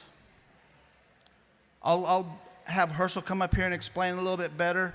I believe it may have been the same compact with some additional language that was passed before, but we can't do anything, and I've told the governor this before, without you guys approving these, because it affects those businesses that we have. Hey, Bobby. Good morning, everybody. Good seeing everybody here today. Congratulations again, Albert, on your selection. Congratulations to Bobby for chairing the meeting. I just appreciate seeing everybody here. I know some of you, it's your first time here. Some of you, it's your 10th or 20th time here. I want to give a little bit of background on the tobacco compact because I think that's missing. When you go and you look in the Oklahoma website where they house all the compacts, we see that the first compact for tobacco with the tribes was signed with the state in 1998. And that compact, it said the term was going to be for 10 years, and then it would renew for another 10 years unless either tribe wants to come forward and renegotiate a new compact. In 2012, Janice Boswell exercised that right, and she submitted a letter of intent to negotiate a new tobacco compact. They signed the new compact in 2014, but the term was only for 3 years. In 2017, Eddie Hamilton signed a compact extension. Again, that was only good for 3 years. So our compact, our tobacco compact with the state, actually expired in August of 2024. Some of you may remember that the issue that was going on with Kevin Stitt, Governor Stitt at the time, involved our gaming compact in 2019, where he was trying to force tribes into new compacts. That actually ended up being litigated. The courts ruled in the tribe's favor in 2020, and at that time, Governor Stitt kind of stopped negotiating with tribes on a lot of different issues, including the tobacco compact. We knew our compact was expiring, as did a lot of other tribes, but in 2020, Kevin Stitt was refusing to negotiate any new compacts. That went on until 2022 when he finally did come forward and his general counsel started reaching out to tribes, but it wasn't a negotiation. They put a 75% to the state, 25% to the tribe, take it or leave it offer. Us, as well as every other tribe, did not take that offer. And it was in 2023, last year, that the state legislature basically took that authority from Kevin Stitt, and they extended some of the compacts that if yours had expired within a certain time frame or was set to expire until the end of this year. And so they basically gave him 2023 to try to work with tribes to come to new compact agreements. To date, there's been 10 or 11 tribes that have signed compacts tobacco compacts with the state of Oklahoma. Chickasaws, of course, Cherokee, Choctaw, I want to say the Osages have, Citizen Potawatomi, Apache Tribe, Kaw Tribe. And so our compact language is basically the same as all those other 9 or 10 or 11 that have signed a compact with the state. It calls for a 50-50 split. Our previous compacts that we had with the state is a 50-50 split, so we're not doing anything different. We're not doing anything new other than trying to get our tobacco compact renewed. For those of you that are wondering how much money does our compact bring in every year, based upon previous years when our compact was still in place, it brought in between $200,000 and $300,000 a year, and that money goes through tax commission. Thank you for your consideration. Ho-ho. Thank you. Is there any other discussion on this resolution? Okay, call for the vote. Second. Okay, on your clickers, number 1 is yes, number 2 is no, and 3 is abstain.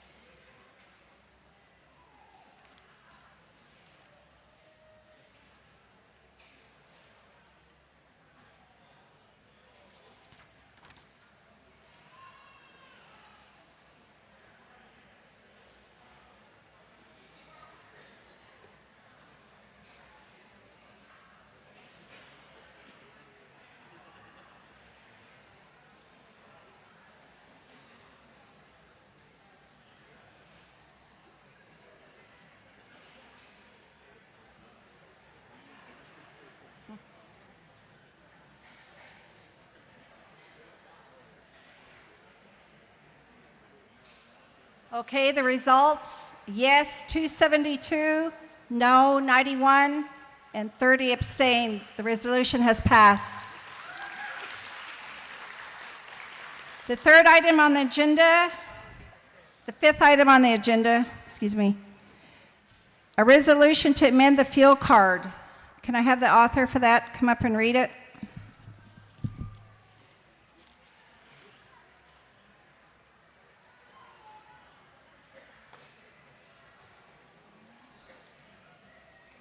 Fuel card resolution author.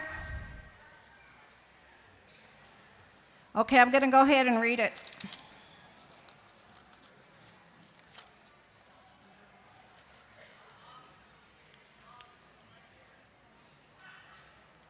Okay, here she comes.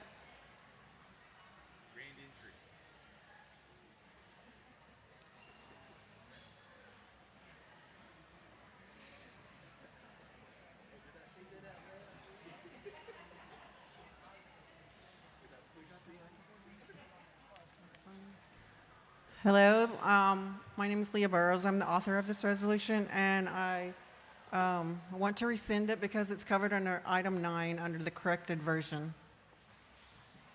Rescind it. Rescind it, yes. Okay.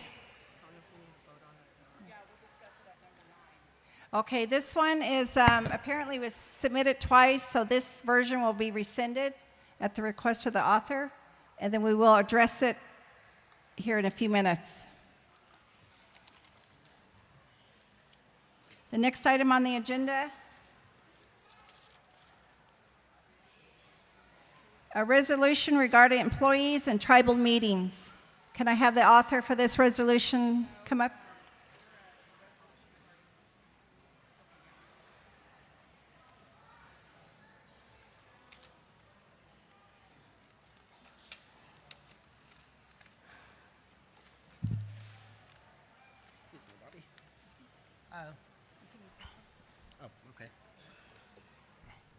Hello, Robert Goodbear. I'm going to start at the 1, 2, 3, 4th whereas, where it says, whereas for the past several years, the executive branch has used either paid time off or vacation or some other type of compensation to entice tribal employees who are also tribal members to attend the meetings. Whereas tribal members who are not employees of the tribe only receive assistance in the form of gas cards if they live more than 200 miles away. This leaves an imbalance on how tribal members are offered assistance to attend the tribal meetings. Now, therefore, be it resolved that any compensation to tribal employees who attend tribal meetings will be prohibited.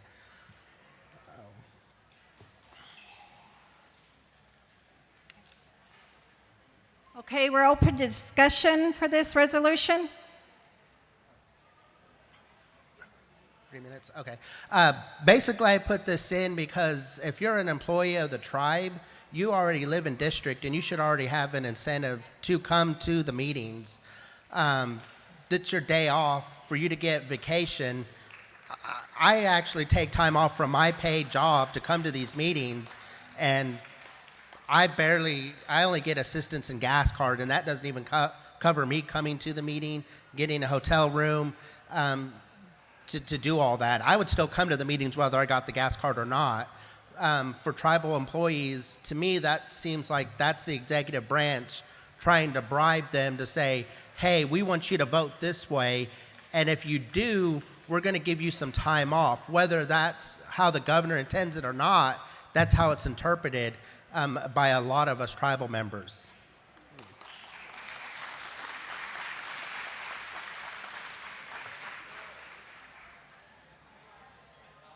Hello, my name is Cheryl Blind, and I am an employee of the tribes. I just want to clarify one thing. Not all of us live in district. I commute an hour each way to come to work out here. And when I first came to work out here, I took a $7 pay cut. So I just want to say that whatever this resolution is for, I just want to say we don't all live in district. Thank you. Any other discussion?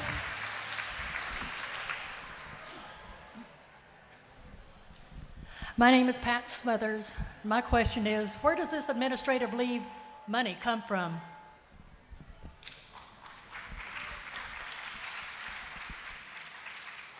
Discussion?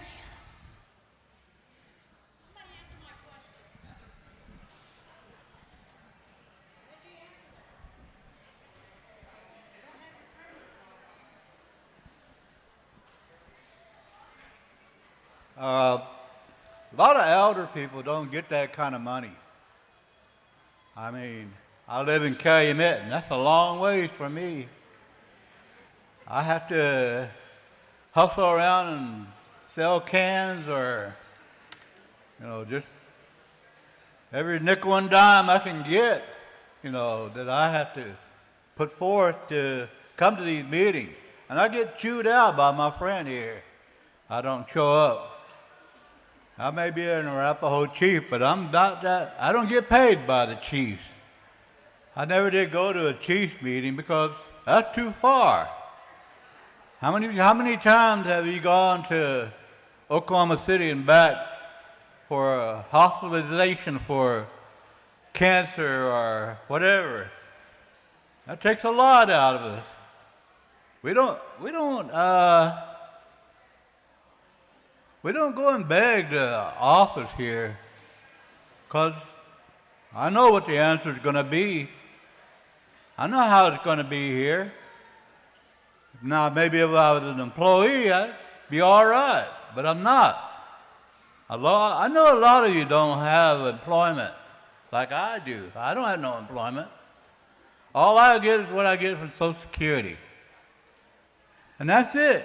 I get half of what a normal person that retired at 67, because I had to retire early, and you get half. And I worked real hard when I worked for the tribe. But I asked for increase in the retirement for the elderly, and I find out it was the last one on the agenda. So I ask you, think about this one. We all having a hard time. I know employees don't get the kind of money you should be getting. I know that. I wish I could get what you get, though. So I ask you, think about this and vote your way, I guess. Thank you. Discussion? We'll call for the vote. Second. Okay, your clickers. Number 1 is yes. Number 2 is no. Number 3 is abstain.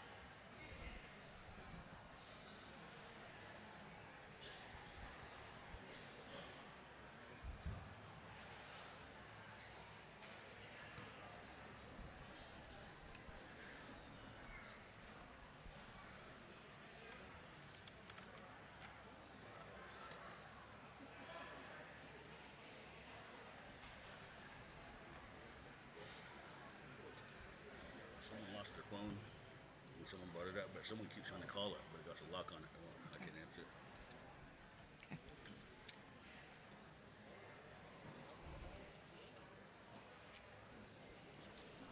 Okay, the results are yes, 164, no, 214, 28 abstain. The resolution fails. The next item on the, before I go on, a little bit of housekeeping. Somebody lost a cell phone. We have it up here. The next item on the agenda.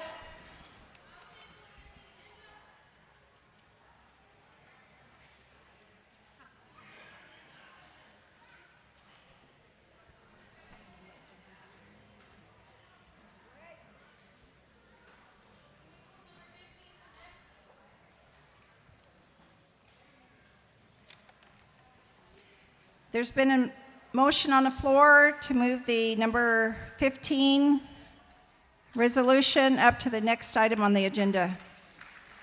Do I have a second? Can we get your name?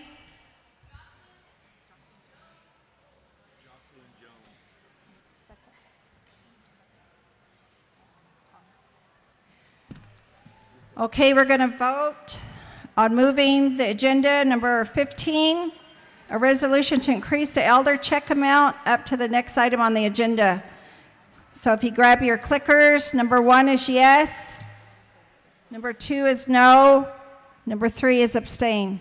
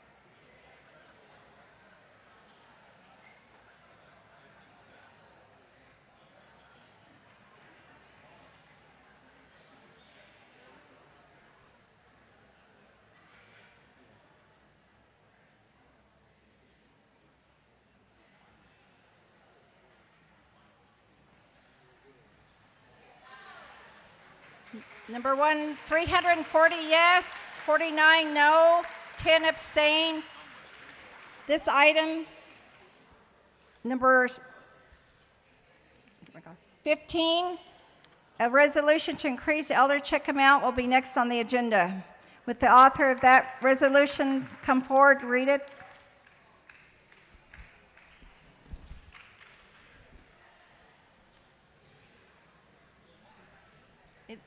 Wherever you want.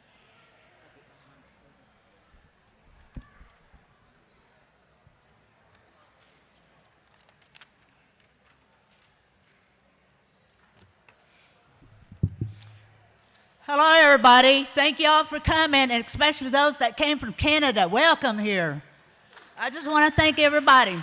This here resolution that I'm going to read is for us elders. We should be enjoying our last days because we're getting to the end of our road.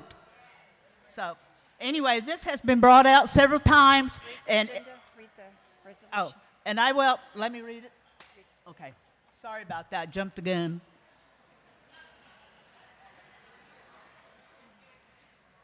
I'm going to start at number 4. Oh, my name's Bonita Cruz. I'm one of the elders from the Golden Era. Hey. Okay, I'm going to start with number 4. It says, the tribe's website states that the Tribal Elder Care Program has established that elders provide direction and wisdom for the Cheyenne and Arapaho people. Their values, history, and way of life are being taught to serve as a guide into the future. The tribe's website states that the Tribal Elder Care Program has established that elders provide direction and wisdom for the Cheyenne and Arapaho people. Their values, history, and way of life are being taught to serve as guide into the future. Elders are defined as being 55 years and older.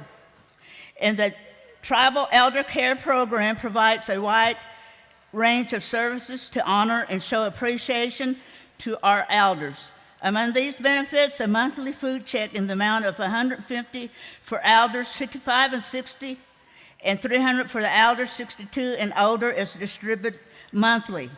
And the enrollment for the elders as of June 17, 2023 is 2,488, while the monthly food checks are available to all elders. Each elder must apply for this benefit, therefore, not all elders currently receive this.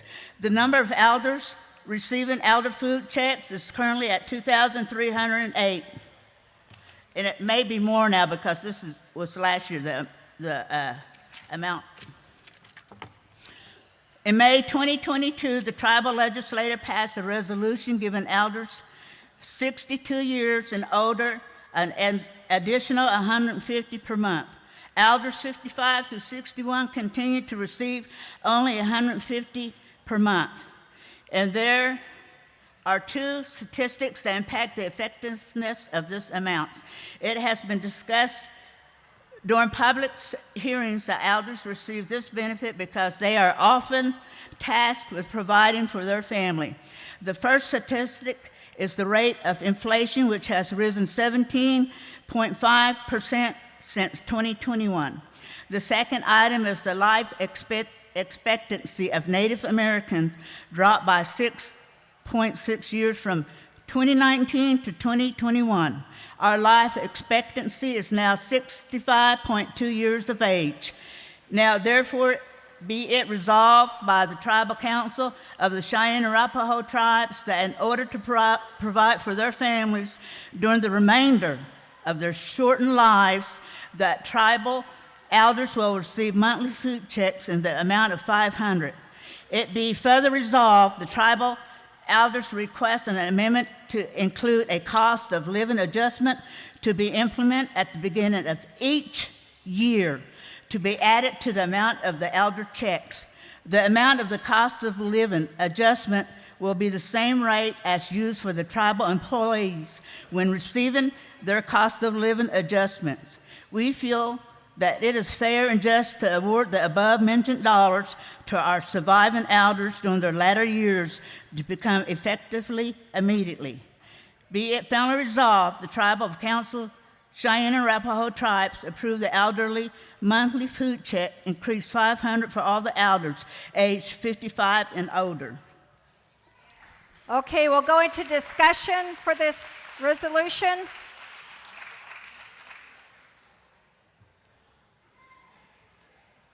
That lady over there. Any discussion?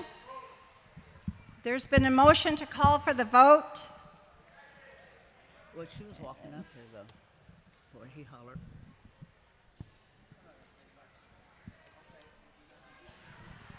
We're going to go ahead and let her say what she needs to say.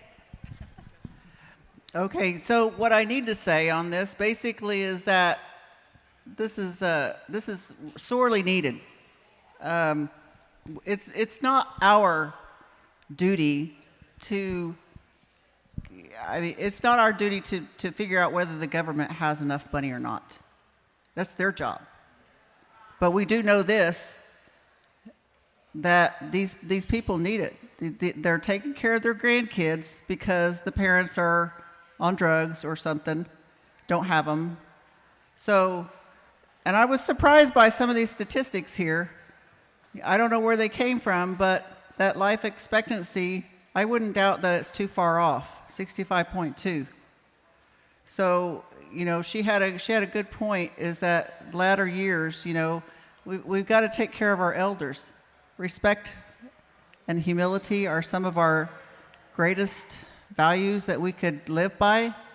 So let's respect our elders. Let's take care of them. They took care of us. Okay, there's been a motion on the floor to call for the vote. So we're going to, in a second, so we're going to call for the vote. We already called for the vote. So your clickers, 1 for yes, 2 for no, 3 abstain.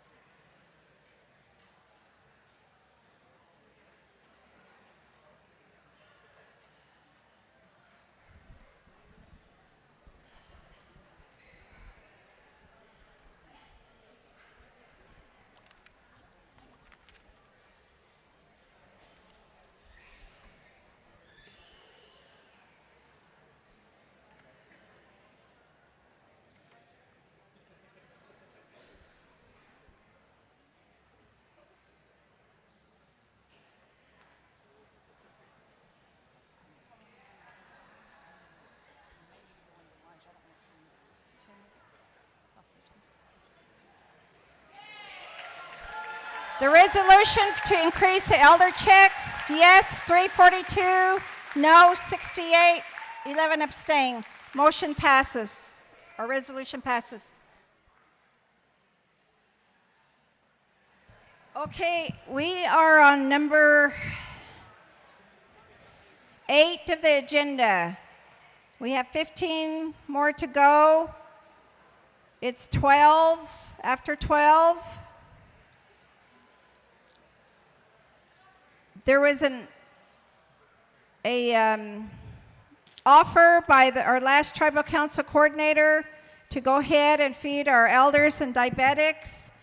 So I would like to ask her to go ahead, if the food is here, to implement that, and we're going to go on with the meeting. The next resolution on the agenda is a resolution to adopt the tribal council terms and conditions, and I would like the author to come up and read that, please.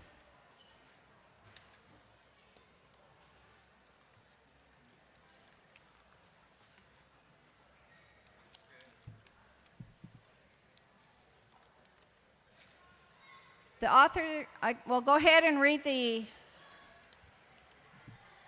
resolution.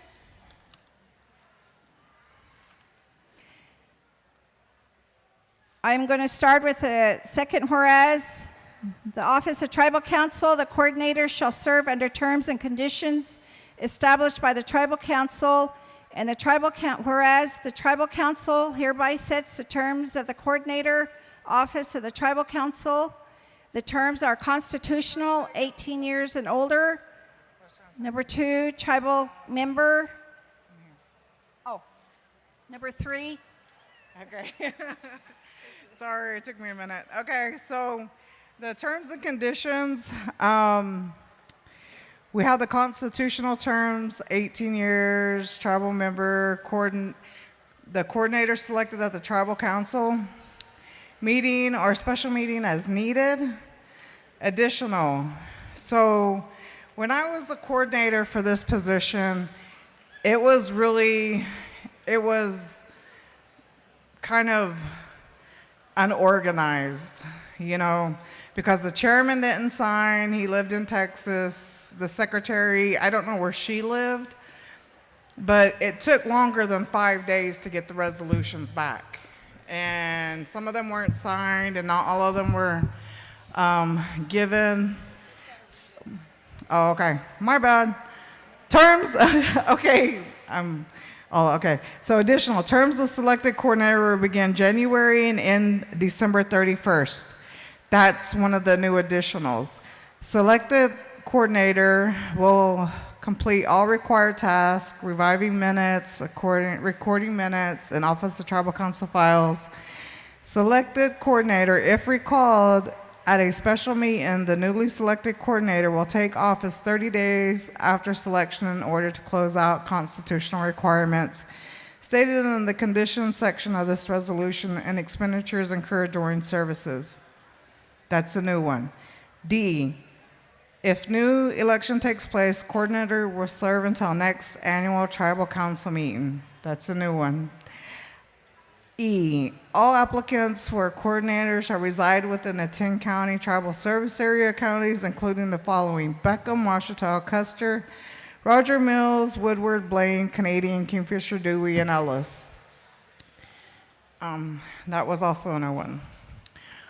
Article 5, Tribal Council, Office of Tribal Council. The coordinator shall serve under the terms and conditions established by the Tribal Council, and the council requests that if there are more than 2 candidates up for voting, 2 with the most votes will then have a runoff during the selected process.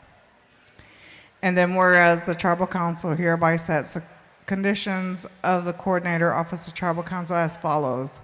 So those are all basically your constitutional conditions, which are in your constitution.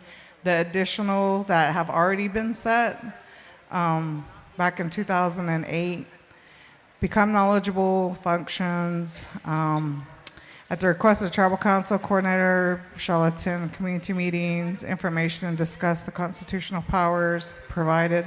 So all of those are all in your 2008 terms and conditions. But those were the only new additions were A, C, D, E, and then the fifth whereas. Those were all new additions from the previous terms and conditions from the 2008, 2010 terms and conditions for the Office of Tribal Council Coordinator. Thank you.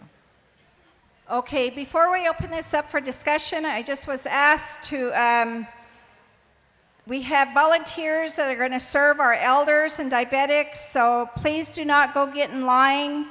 The volunteers will bring food out. We're going to open this resolution up for discussion.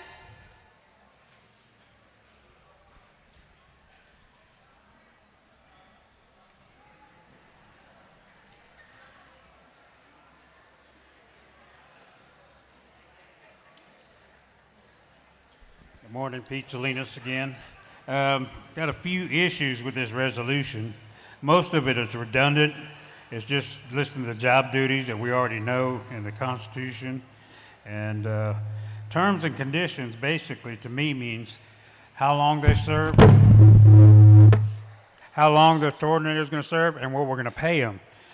Here it looks like they're trying to alter the terms and conditions to where you have to live in the area, which our previous tribal council coordinator did not. So it looks like they're trying to exclude some people, specifically the person just elected. Also, they're altering the times. Will begin January 1st to December 31st. That's never happened before, you know. So that's, to me, this resolution is looking to exclude some people, to put who they want. If who they wanted didn't get in, they're trying to, I guess, looks like maybe not let them in. But most of this is just redundant. It doesn't really need to be there. Terms and conditions are how long they serve and how much we're going to pay them. And to me, this resolution doesn't address that at all. I vote no on this, and I'd encourage everybody else to vote no, because we just had a landslide victory for Tribal Council Coordinator, and it looks like this is trying to undercut your will on that. So I would vote no. Thank you. Any other discussion?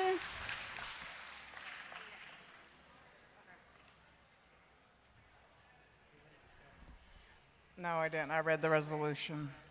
Okay, so the discussion is I'm the one that submitted this resolution, and the only reason why I submitted this resolution is because if you can remember, 2008, 2010 were the only two coordinators that had the terms and conditions of employment for the Tribal Council Coordinator. There has not been another terms and conditions for the coordinator. Those two resolutions had the coordinator's name in them, so we can't use those terms and conditions for them. So what I did was, what you all passed in 2010, which was the last coordinator's service, I just included in this in the terms, the constitutional, the additional terms. The reason why, again, I selected January to December is because that's how all our other elected officials when they start. And it is chaotic because when we come in, some of the resolutions aren't there. Like when I got elected, I didn't have them for like almost 30 days because the people lived out of state or they lived somewhere else. They wouldn't mail them in, whatever the issue was. And then they didn't sign the resolutions.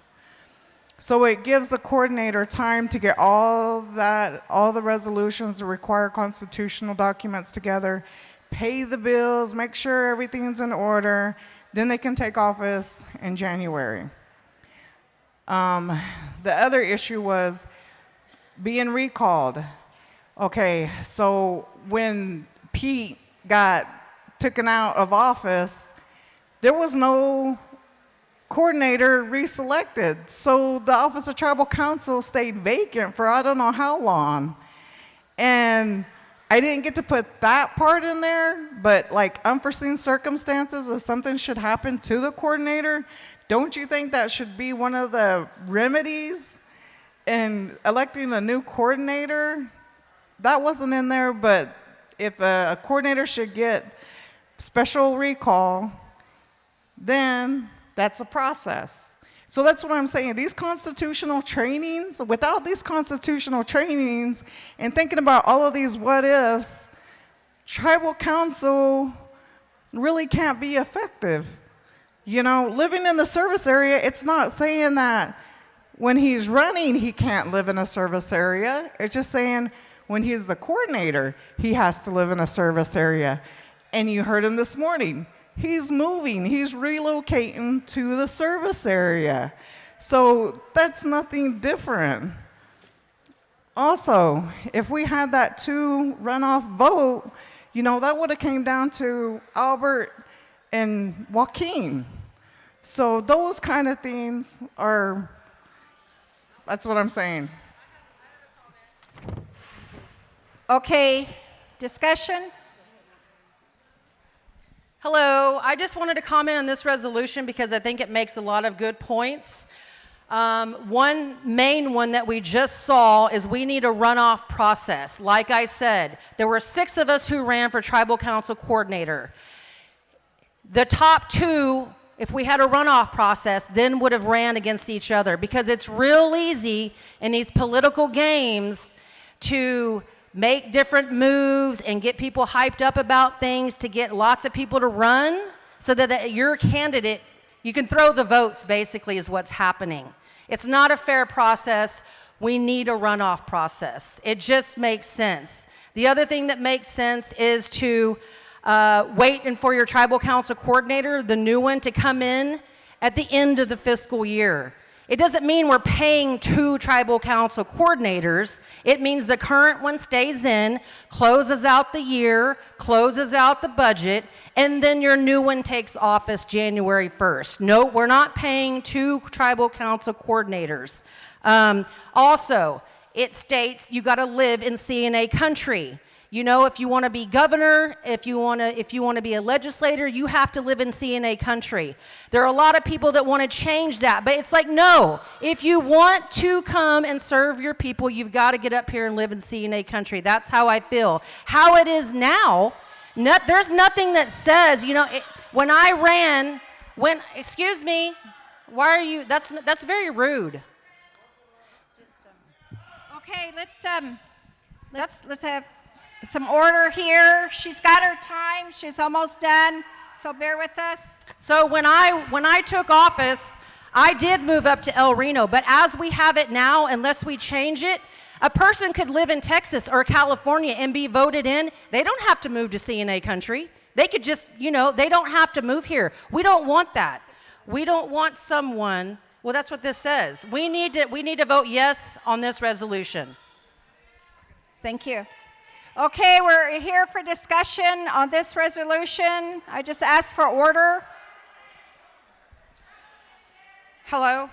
Hi. I've been tribal council coordinator before. I've lived out of district and I've served my people just fine. So I just want everybody to know that you don't have to live in district. I lived in Yukon or Mustang. There's a few things about this resolution.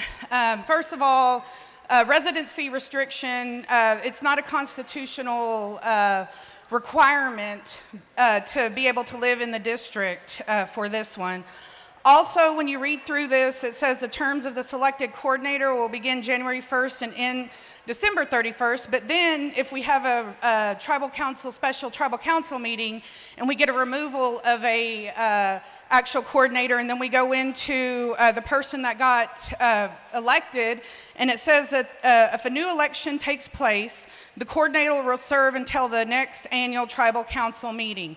So we're going to have a gap there between October and January on a coordinator. So there's a lot of gaps in this actual resolution. Also, the runoff. That's not a term and condition for the tribal council. That is a policy and procedure or rules of order when we vote. If you guys look in your tribal council policies and procedures, it says majority vote. So if we want to change that, we're going to have to change the tribal council rules of order and procedure, and it won't go into the terms and condition of the coordinator because it's not a term or a condition. So there's several things that I agree that we probably need to fine tune these because we haven't done it since 2008. But this, it just needs to, we probably need maybe a coalition group or somebody to work on it, not just one person who lives in the service area and wants to be exclusive to everybody, that lives outside the service area. We are, the people that live out of district, we're the majority, so just because somebody lives in Yukon doesn't mean they can't come and serve their people. A lot of tribal employees live in Yukon and Oklahoma City area, and they serve their people just fine as well.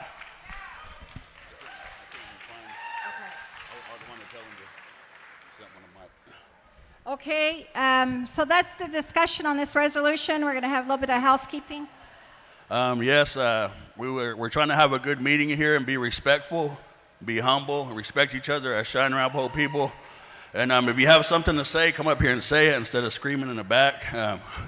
We're trying to set an example for our younger generations. Okay, I'm going to call for the vote on this resolution. Call for the vote.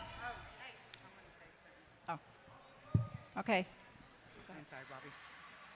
I just want to say that I would rather have somebody that knows their job and wants to do their job. And I don't want somebody to just get on Facebook and start talking smack about this one and that one. That's not your job. You need to do your job. You need to be at every meeting and know what's going on so that you can inform everybody that wasn't at that meeting. And Karen Michelle did constitutional training. That's something for all of us. We should all learn the Constitution. Karen Michelle did her job. She did it well. She does her job well everywhere she goes to work. And I want to vote yes on this. Thank you. We're going to call motion to...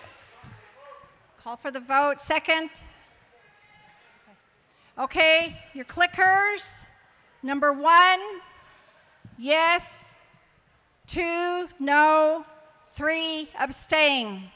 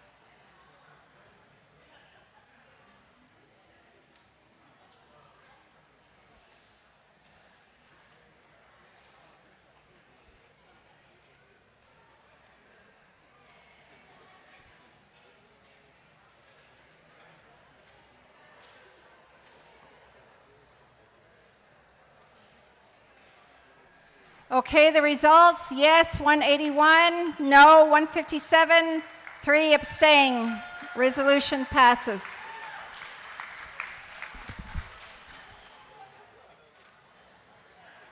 Okay, the next resolution we have on the agenda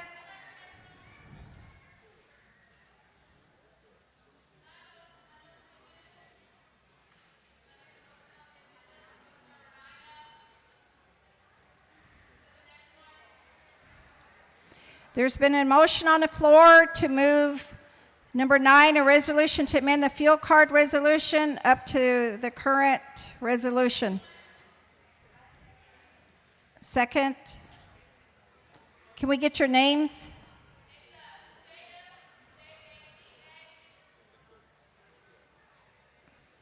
Last name? Bilberry. Second by Vida Talbert. Okay, there's been a motion and a second to move the number 9, a resolution to amend the fuel card resolution up next on the agenda, number 9. So your clickers, 1 yes, 2 no, 3 abstain.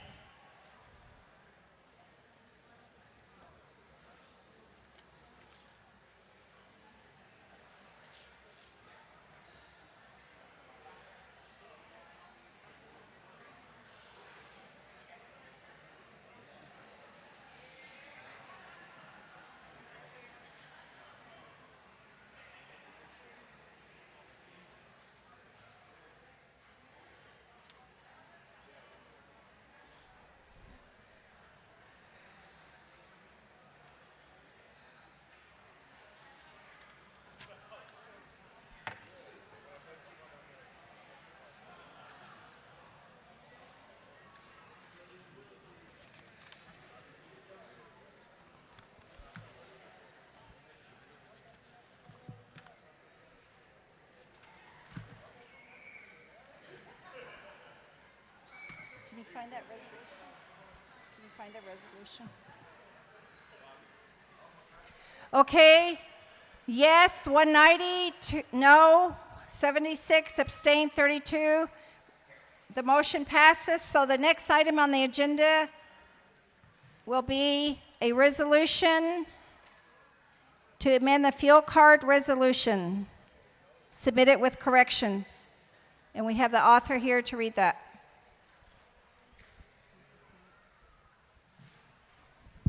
Hi, everybody. Again, my name is Leah Burrows. I am the author of this resolution. I submitted it on September the 5th. So I corrected the original resolution, which was item number 3. Okay, so I'm going to start with the The fifth, whereas, the purpose of this resolution is to rescind and replace Tribal Council Resolution Number 040222-STCC-001, passed at the Special Tribal Council meeting on April 2nd, 2022 by a vote of 70 yes and 9 no and 1 abstention. With this resolution in its entirety, which will increase the award amounts of fuel cards for members of the Tribal Council attending any Tribal Council meeting. And the following guidelines are set, subject to amending if necessary. A, fuel cards. The fuel card type, brand, and incremental dollar amounts to be determined by the Tribal Council Coordinator as appropriate.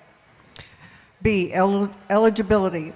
Transportation assistance is available to all tribal members on a first-come, first-served basis until allocated fuel cards resources are depleted. Applying for fuel card assistance shall be made available to Tribal Council members at least 90 days prior to the annual meeting, and the deadline is 3 days prior to the annual meeting.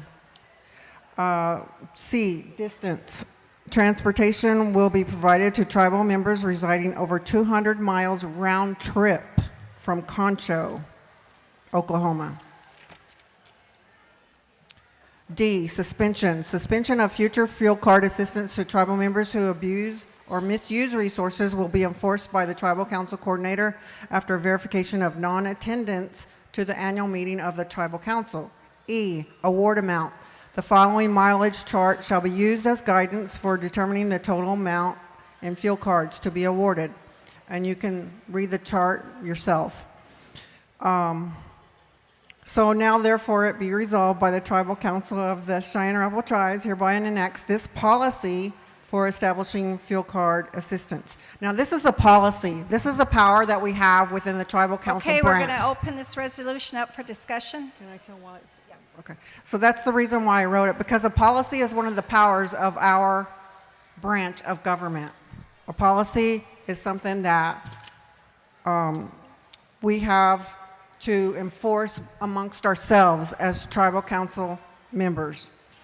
What I did was I changed the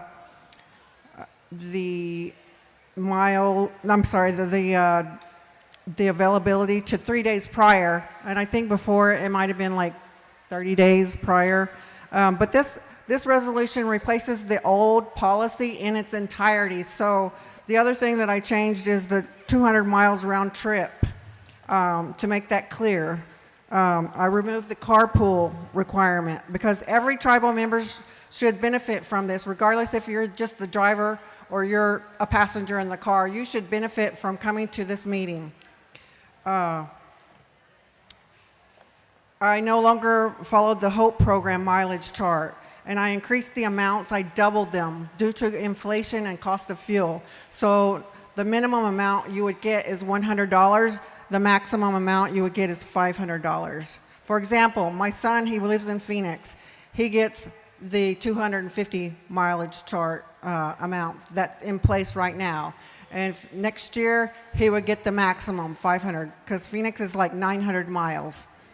That's the reason why I wrote this. And hopefully, everybody will vote for this. This is not an incentive. It's a right, because the Constitution says that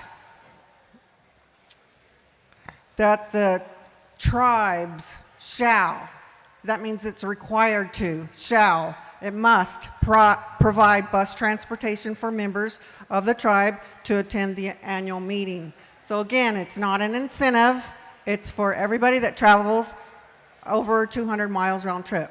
Thank you. Okay, discussion. Come on up. Come on. Okay, we need to hear what you're saying.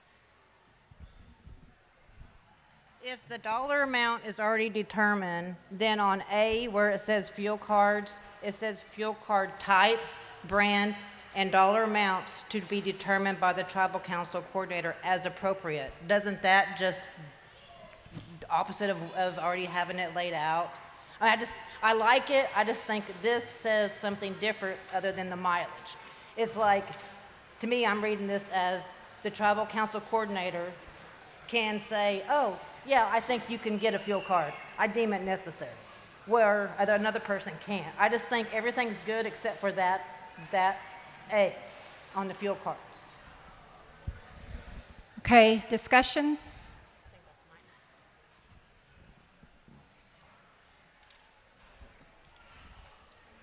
So Leah said that this was not based on the HOPE guidelines, or I think what she said was the dollar amount was not based on the HOPE guidelines. Am I correct?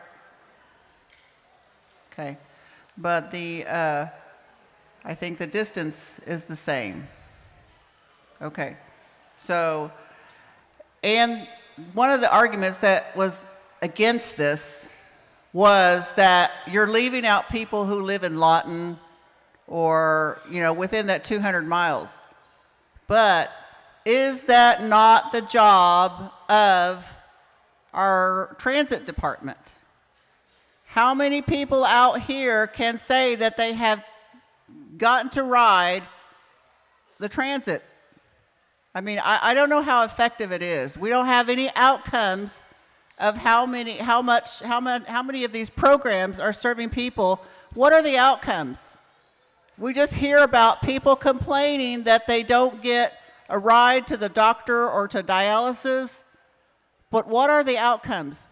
Where is our chief of staff? Maybe she needs to be here to answer questions.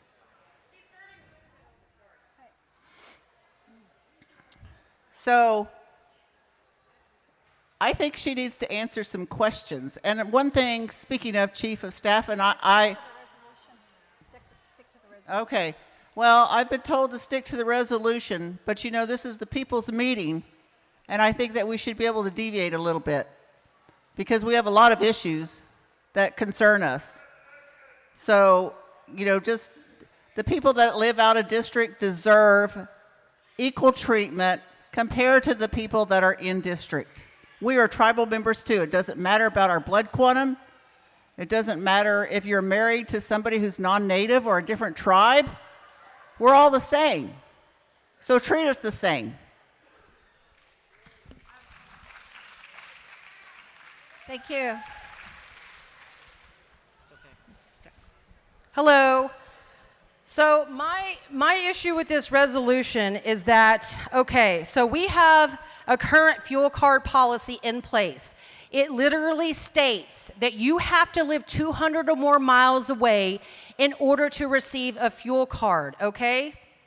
How they've been given out in the past, getting around that is not okay. I have a lot of people complaining to me that they don't live 200 miles away, but round trip they do, that got fuel cards last year. That's just totally, you can't do that, okay? But what this one leaves out, this does leave out all the people that live in Lawton, or maybe they don't live 200 miles round trip away, but they also don't live in the CNA service area. So they don't qualify to get a ride from Tribal Transit, which is free. You can sign up to get a ride here, but they don't qualify for your fuel card either. That's what should be in this resolution. Those are the people that are being left out. It's increasing the amount to $500 or more for people that live, a certain amount of miles away. I forget what it is on here, but it's leaving out all of these people who come to this meeting and get no assistance and they can't use Tribal Transit. That's why I say no to this resolution, because we're leaving those people out.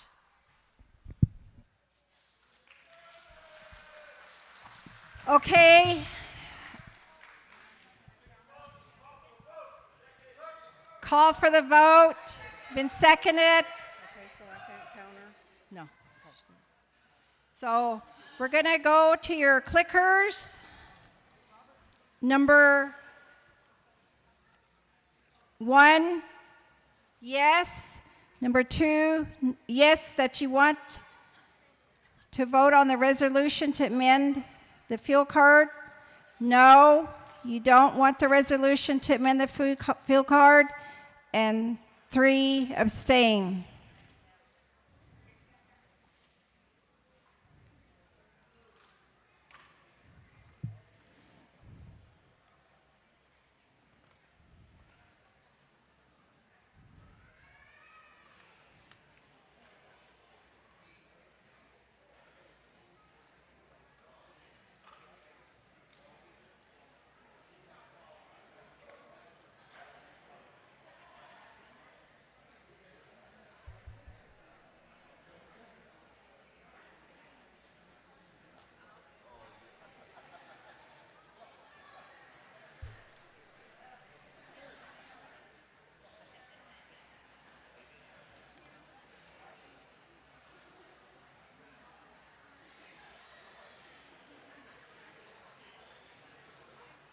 Okay. The results are yes, 175, no, 164, and 32 abstained. The resolution passed. Okay, there's been a question if we want to break for lunch for the rest of the tribal members, or do we want to go on? Okay, we're going to go on. The next resolution on the agenda is a resolution for tribal employees. Would the author please come up and read that? Yeah.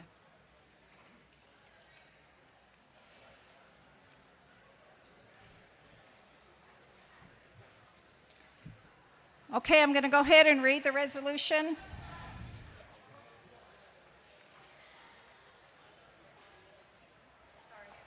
Are you the author? Yeah. Okay. Okay. Let's go down to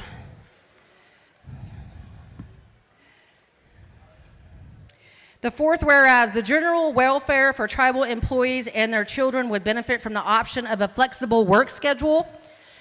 Whereas the adoption of a Monday through Friday inflexible work schedule is a colonized form of structure which does not allow for an option of flexibility for employees to advance the general welfare for themselves and their children. Whereas a flexible work schedule can be implemented while still providing all services to the tribal members during regular tribal operating business hours, Monday through Friday, 8 a.m. to 5 p.m. Whereas administration and department heads can work with employees to create schedules that meet the demands of the departments and allow employees to choose from the option of a flexible work schedule that works best for them and can be implemented with chief of staff approval.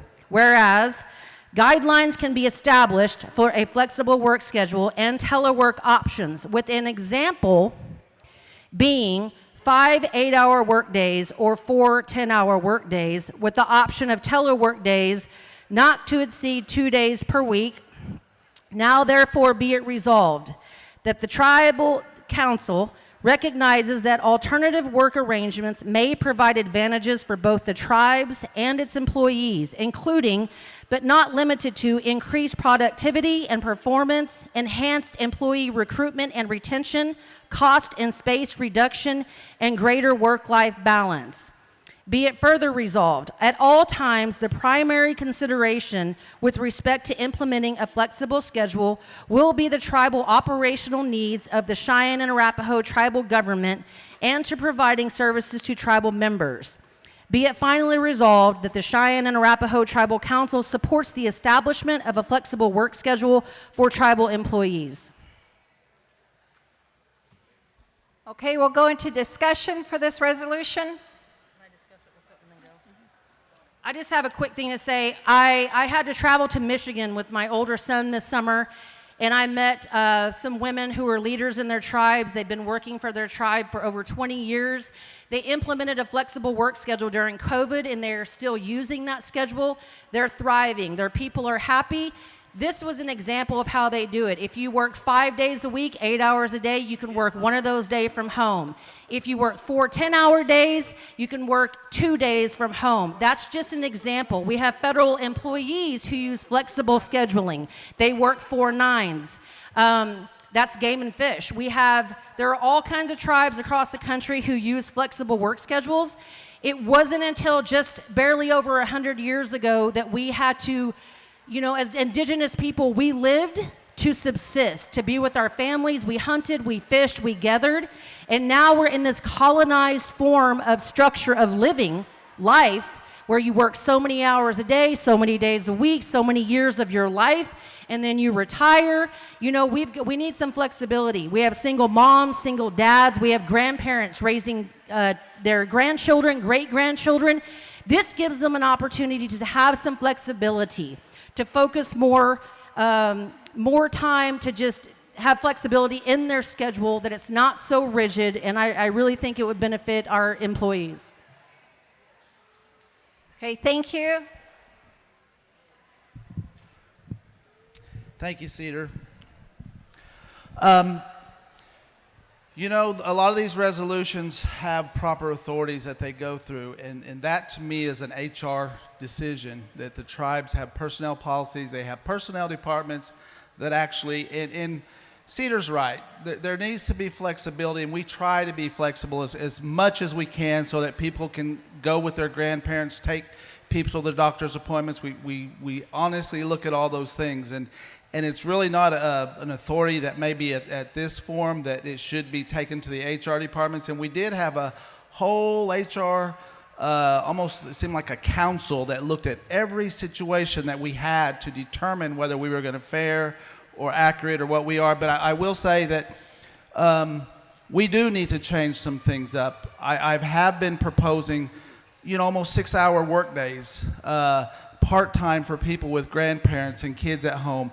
And maybe some places we start at 9 o'clock, but you know, it doesn't work for everybody because there's still people at 8:30 or 8 that will text me and say, is the complex open? So even if we wanted to be flexible and we gave people a little bit more time to drop their kids off, to take their grandparents here or do things, you know, we're still going to have somebody who says, I need assistance now, today. But that is really an HR question. That is a question where those personnel policies addresses that flex time. Everybody who has a job has a personnel policy, and you have to determine who is that right form or those people who give those approval processes to those personnel policies. I think it's a great idea. I like to see some things change. I like to go to 6-hour days and have more people work and have it flexible for people who have kids at home, who have grandparents, who have special needs people. You know, we should look at those. We are supposed to be social people. And I was telling Bobby, I said, I'm getting hungry. We're supposed to be social people. We're supposed to eat together, but we've got this food scattered out everywhere. But anyway, that's just my thought. Should take it to HR and let them decide and let it prevail as it should. Thank you.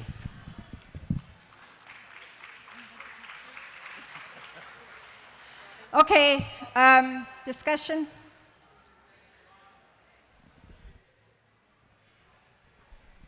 Yes, I think this is a really good idea. When we went through COVID, you know, that was a lot of stress on our employees, on our people. We had a lot of deaths going on. And, you know, still we had employees coming in, risking their lives and their families to take care of you. You know, and mental health-wise, you know, we're still catching up with being healthy again, being stable again within our environments after all the trauma that has been caused through generations. So, you know, I think it's a good idea for most departments, because I think we would probably have enough employees in those departments that would work together, you know, and then there's some, you know, that, you know, it may not work that way. But I think it's a good thing for our people, because we need to remind that, you know, single moms, single dads, sick kids, so many things that we should have that option for our employees. But that's all I have to say. I think it would be good, whether we can work it out through human resources or whatever. You know, I think that would be good for our mental health, for our people, our workers, because our workers do work hard for you. They get a lot of flack from it. You know, they don't get appreciated. They get criticized. They get slandered, you know, and we need to stop that, for one. But yes, I'm open for this to happen. Thank you. Thank you. Any other discussion?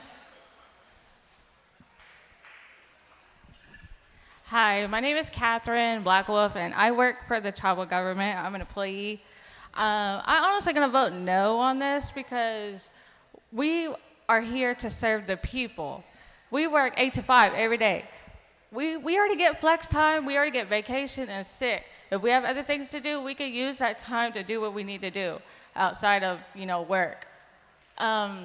Flex time, we already get that, so really don't need to work 4 days to get 3 days off, when you really need to be here every day to work 8 to 5, because we're here for the people.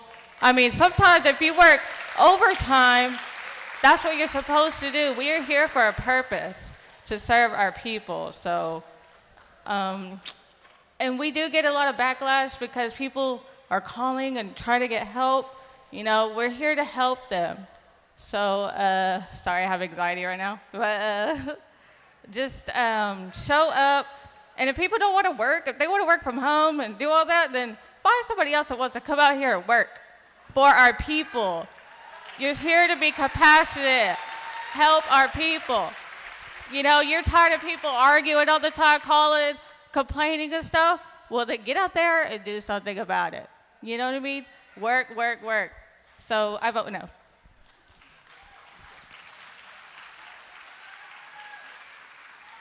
Okay, we'll call for the vote. Okay. Let's, motion's been made and seconded. Let's go to the voting, your clickers. 1, yes for the resolution for tribal employees. 2, no for the resolution for tribal employees. And 3, abstain.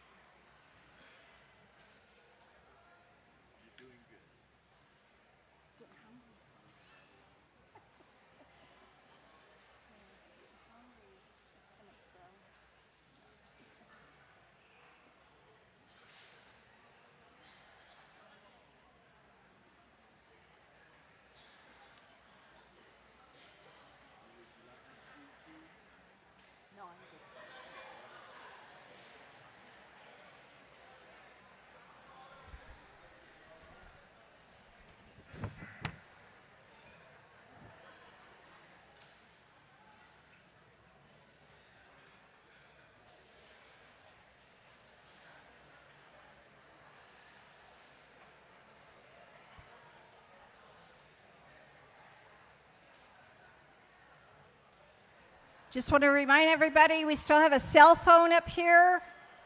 Somebody lost their cell phone?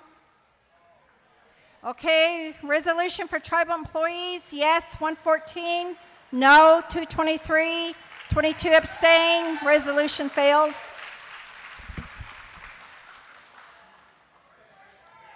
Okay, next item on the agenda, a resolution for changing stations. Can we have the author for that resolution to come forward?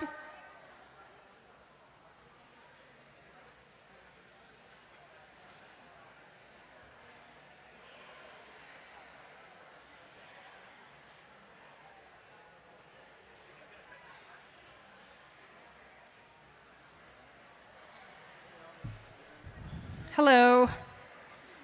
So I'm going to start at the fourth whereas. The general welfare for tribal employees and their children would benefit from the purchase and installation of diaper changing stations in all tribal ERC buildings. Whereas the need for tribal members to have an established and safe place to change their children's diapers is crucial. Whereas the tribal ERC buildings are for all ages and our youngest tribal members need diaper changing stations. Be it finally resolved that the Cheyenne-Arapaho Tribal Council supports the purchase, installation, and allocation of funds by the legislators to have diaper changing stations installed in all tribal ERC buildings. Okay, discussion on this? Okay, I wrote this resolution. There are other ways to go about this. I talked with Sunny in Parks and Rec, and it wasn't in the budget last year, so I brought it to Tribal Council. When I started, my little boy is 3 years old. When I started coming up around CNA country a lot more, when he was just a few months old, going to dances and fundraisers, I noticed that there weren't changing stations in the bathrooms. The Clinton ERC has one in the women's bathroom. And you know, we make do. You do what you got to do. You use your lap, you use a table, use a chair, go outside. But I just think it's a no-brainer. You know, this is asking the legislators to allocate funds to Parks and Rec so that we can install diaper changing stations for our little ones. Any? Okay, there's been a motion on the floor to call for the vote. Second.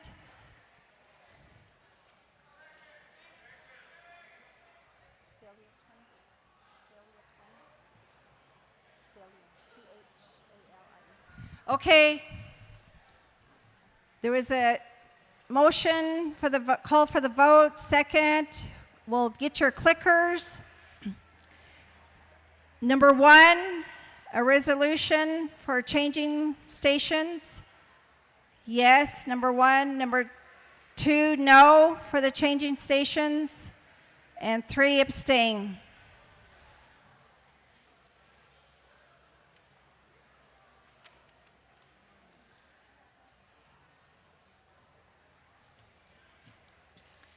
I'm going to go ahead and go to the next resolution. This is a resolution for establishing, actually, it's a resolution for unhoused tribal members. With the author, please make their way up here.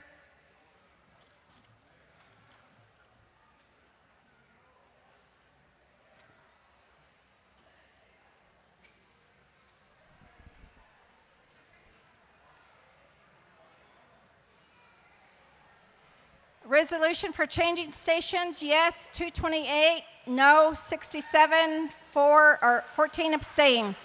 Resolution passes.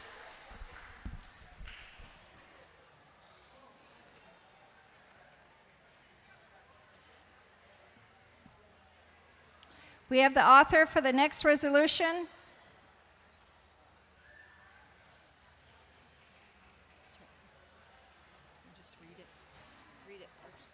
Right here. Yeah, you can start at this whereas, wherever you want to start on the whereas. And Okay. just read it. Talk into the mic. Hi, my name is Wanda Whiteman, and for whatever reason, there are many homeless tribal members. So I like to read this whereas. Although they are homeless, they should be shown respect and compassion, the same as other Cheyenne and Arapaho tribal members, should be helped along the way to assist the welfare, as Cheyenne and Arapaho people have always helped each other in this way. The hope is they will not be homeless forever. The last one too. Now therefore be it resolved that the Tribal Council of the Cheyenne and Arapaho tribes do hereby approve this resolution for $5,000 to be allocated annually beginning in the winter of 2024 by our legislators from gaming funds, so that a non-for-profit task force committee of 4 people will oversee and assist the homeless Cheyenne and Arapaho tribal members in the El Reno area and have available funding to provide for these tribal members in need. And I'm not... We'll open this up for discussion. Okay. I'm not familiar with other communities, and somebody said, you know, I should include other communities, but I don't know about those other communities. But I do know about the El Reno community, and we have a lot of tribal members that are homeless. Our church has been helping them through the years. We get donations of cots and sleeping bags, blankets, but we give them out right away, so they don't last very long. They do need help. Winter's coming up, and they need help even with tents. So I ask you all to approve this. Thank you. Okay, any other discussion?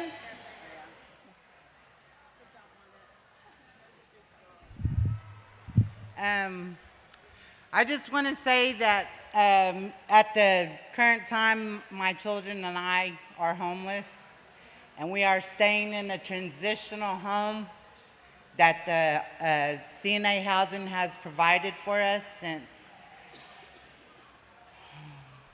I think it was July when we moved in, or June. But this November will be 6 months that we have been in there. Before this, I was working for the housing, and I got furloughed in January of this year, and was not able to meet my needs, our needs for the rent, but I was also getting pretty good IIMs. And I don't know if any of y'all have been cut very short on the IIMs here lately, but my IIMs went from from being able to pay the rent and make car payment to $400. And that's not much. And my 2 older daughters get Social Security, and that just covers the bills, or well, actually, this month it's not even going to cover the bills. But I just want to vote yes on this because I don't plan on staying, in a transitional home the whole time. But I appreciate the housing helping us at the time they are. And I just want to vote yes on this, and I hope y'all vote yes, because we really do. I'm not the only homeless person. I have 4 kids that are in school, and I am currently in the George Hawkins Treatment Center.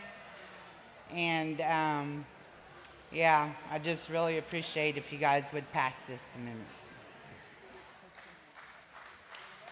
Okay, any other discussion? Hi, my name is Sherry Ann Austin, and I agree what they're saying about the resolution on our tribal members.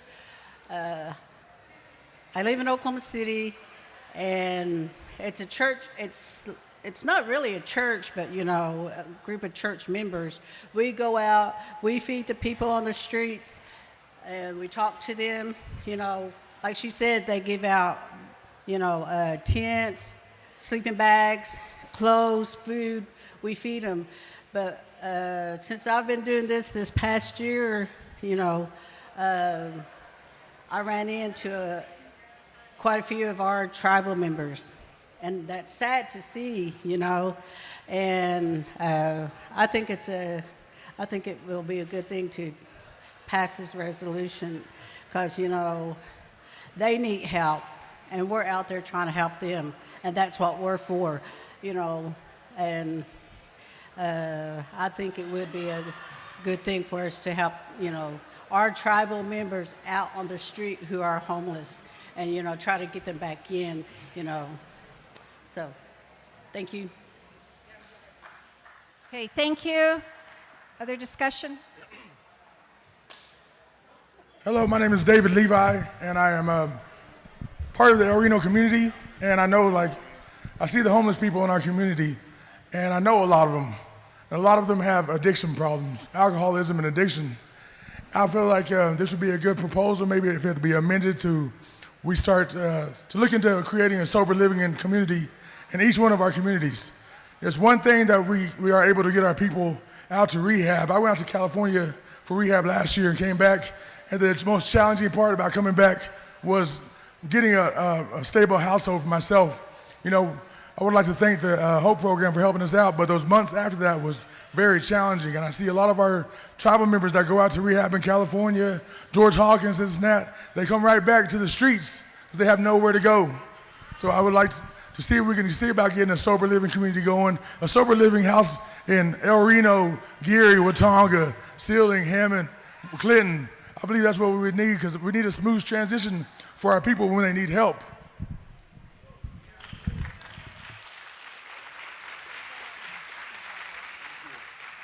Hello, everybody. My name is Francine Williams. I'm with the Johnson O'Malley program, and we do work with a lot of communities in our service area. We also have high school students that are also experiencing homelessness, having to live with teachers or student advisors, taking them in under their wing. I know of kids in Geary. I know kids in Burns Flat, Clinton.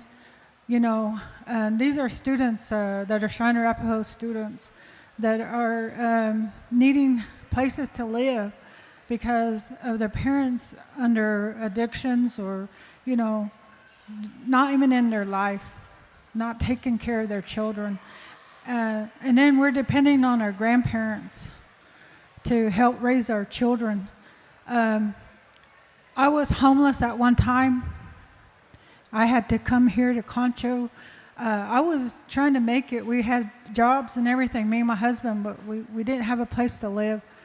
I had a cousin that lived out here, and she got me into one of these dorms. The old dorm is still here.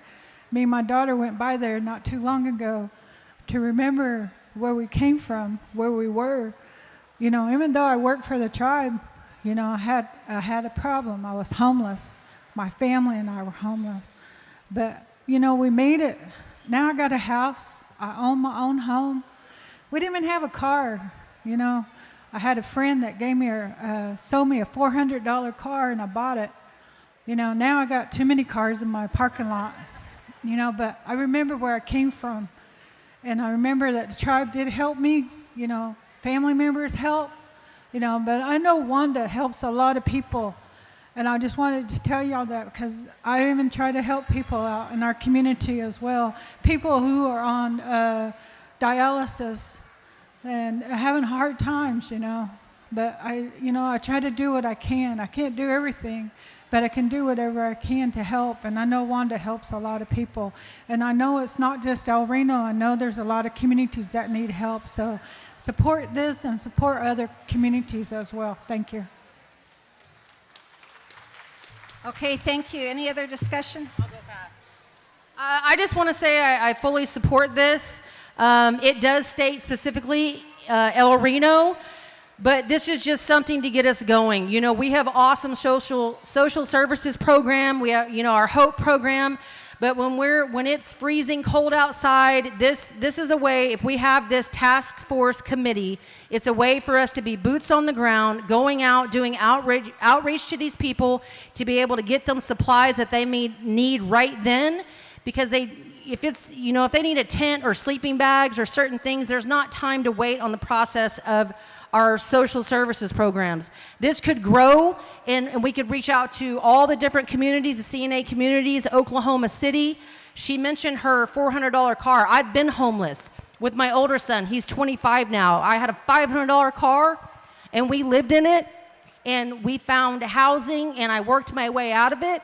And it's just very important that we don't forget about our homeless, that we make it a point to find a way to be able to better serve them right then and there, and this would give us a start. It's asking for $5,000 a year from the legislators for this committee, and I don't know exactly what that would look like, but this would give us a start. Thank you. Okay, there's been a motion on the floor to call for the vote. Second? Okay, let's go to your clickers. Number 1 is yes to accept the in-house tribal member resolution. Number 2 is no to not accept the in-house tribal member resolution. And 3 is to abstain. So go ahead and vote.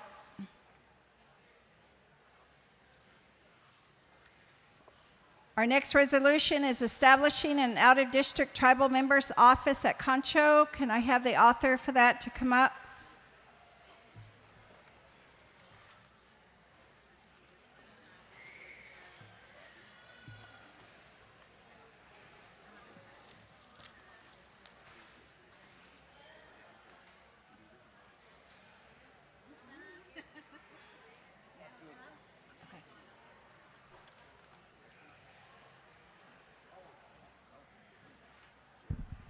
Okay, on the in-house tribal members, yes, 228, no, 60, 15 abstained. This resolution has passed.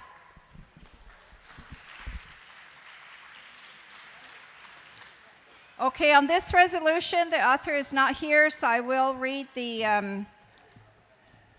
thank you. I will read the resolution. I will start with the third whereas, Article 5, Section 2, the Tribal Council shall have the power to set policy for the tribes and shall have all other powers and duties specifically provided by this Constitution. Whereas the Tribal Council has out-of-district constituents residing outside of the Cheyenne-Arapahoe service area, whereas out-of-district tribal members are without representation and without a tribal office established to address their needs. Therefore, be it resolved that the Tribal Council of the Cheyenne-Arapahoe Tribe shall set a policy establishing an office of out-of-district tribal members be created by the Cheyenne-Arapahoe tribal government. And therefore, it be resolved that the Cheyenne-Arapahoe Office of Out-of-District Tribal Members shall be funded by gaming funds and staffed accordingly to address the needs and concerns of the out-of-district tribal members who do not reside in the Cheyenne and Arapahoe Reserve. And we're open for discussion. Hi, I'm Tommy White Woman. And I come from Busby, Montana. This is policy for the other half of our tribal population. And I did seek feedback from our tribal members that live out of state, and that's to help navigate all the benefits and services that we do not receive as OOD CNAs. So this would help us establish that office and to help our tribal members understand the funding. When they say federal funding, it could be for in-district only. If it's gaming funds, then it's everyone.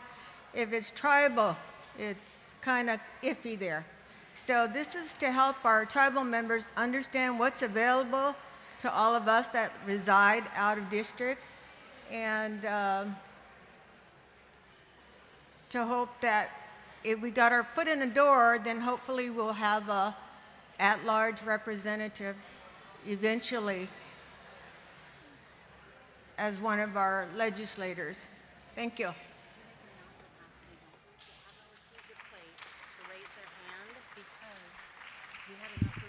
Okay.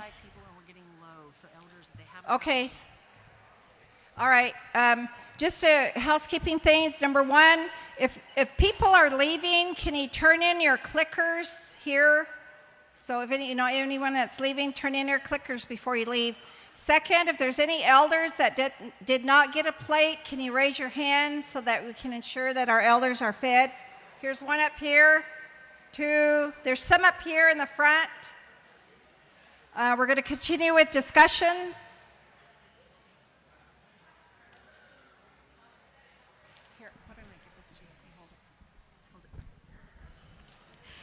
Good afternoon. My name is Ida Ray White. I am Cheyenne and Arapahoe, or I'm Cheyenne, but I am a member of the Cheyenne-Arapahoe tribes. I live in Albuquerque, New Mexico, and I have lived out in the West most of my life. And I appreciate the things that our tribe does for us, but in navigating tribal business, it is very hard when you live out of state, when you cannot get a hold of a person in the office that you're trying to get a hold of. And we've talked about this out-of-district office for out-of-district Cheyenne Arapahoes. It would be very easy for us to be able to navigate if we had someone who could talk to people at the complex. Because a lot of times we will call an office and either they're out of the office, no one knows the answer to our question, they cannot tell us where we can go or who we need to. So if we had an out-of-district office, we would be able to get our questions answered, and I think we would probably not be so flustered, and we might have a better idea of our people that work for us. Those people who work in all the different branches and departments. I guess I need to use my mom voice here. But I am going to vote yes on this, even though we probably will not ever get it. But just to let everybody know that we are, just like Tommy said, we are Cheyenne Arapahoe tribal members. We need to be recognized, we need to be assisted, just like everybody who lives right here within all the 8 districts. So, it's just not, something that we need to take care of. A lot of us are elders, and I would like to be able to get some answers to questions that I have, and not just for myself, but for those people that live in other districts and live out of state. So it would just make it easier for us to be able to navigate through the tribal council processes and through our tribal complex, to be able to get someone at the office that we could talk with and would know what our problems were. So I'm going to vote yes on this also. Thank you. Thank you. Anybody else up for discussion? Okay, we got a motion to call for the vote. Second. So now we're going to go to your clickers. Number 1, yes to vote for establishing an out-of-district tribal member office at Concho. Number 2 is no for not establishing an out-of-district tribal member's office at Concho. And 3 is abstaining.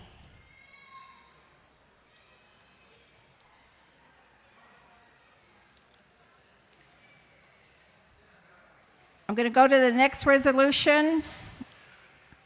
A resolution for a special election to amend the Constitution for the governor and tribal council coordinator term limits. Can I have the author to come up to the podium?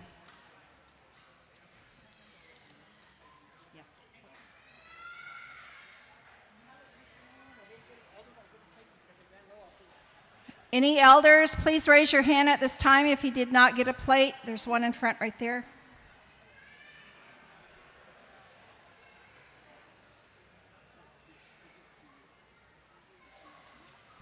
Okay, we have yes, 185, no, 118, 6 abstain. The resolution passes to establish an out-of-district office at Concho. Okay, next we have a resolution for a special election to amend the Constitution for the governor and tribal council term limits.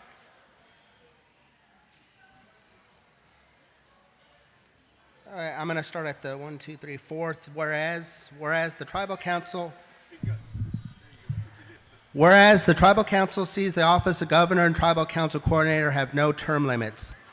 Now, therefore, be it resolved, the tribal council hereby calls a special election pursuant to Article 7, terms, and Article 5, proposed amendment to Article 7, executive branch. This amendment shall apply to Article 7 as follows. Removing Section 2, terms, the governor and lieutenant governor shall serve 4-year terms or until a successor has been sworn into office. The governor and lieutenant governor may serve as many terms in succession or otherwise as decided by the voters. Replacing Section 2 terms with the following. Section 2 terms. The governor and lieutenant governor shall serve 4-year terms of office. The governor and lieutenant governor shall be eligible to serve 2 consecutive terms. Upon completion of the 2nd consecutive term, the governor and lieutenant governor shall not be eligible to serve in the office of governor or lieutenant governor until the period of 2 years has elapsed. After the 2-year lapse, the person shall be eligible to run for the office of governor or lieutenant governor again. A partial term shall be considered a term. Proposed amendment to Article 5, Tribal Council. This amendment shall apply to Article 5 as follows, where there are no section for terms. Adding Section 6, terms. The tribal coordinator shall be elected at the annual tribal council meeting held on the first Saturday in October. The tribal coordinator shall serve at a 1-year term of office. The tribal coordinator shall be eligible to serve 4 consecutive terms. Upon completion of the 4th consecutive term, the tribal coordinator shall be eligible to serve in the office of tribal coordinator until a period of 2 years has elapsed. After the 2-year lapse, the person shall be eligible to run for office of tribal coordinator again. Be it finally resolved, should this resolution pass by the tribal council, there will be a special election to amend the Constitution. Okay, we'll open for discussion. Yes, I pretty much put this in because the only term limits are for legislatures, and it pretty much mirrors exactly the term limits that we place on them. The governor will probably come up here and say we shouldn't, that's what the voters are for. Well, if he feels that way, then he should propose an amendment to get rid of the term limits on legislatures. There's a lot of times where we just get complacent and we just keep voting for the same person because we notice their name or we might like them as a person, whereas with term limits, you get new faces in. And this doesn't bar them from ever running again. They can run again. They just have to take a break and allow fresh blood to come in and run for office. Okay, any other discussion?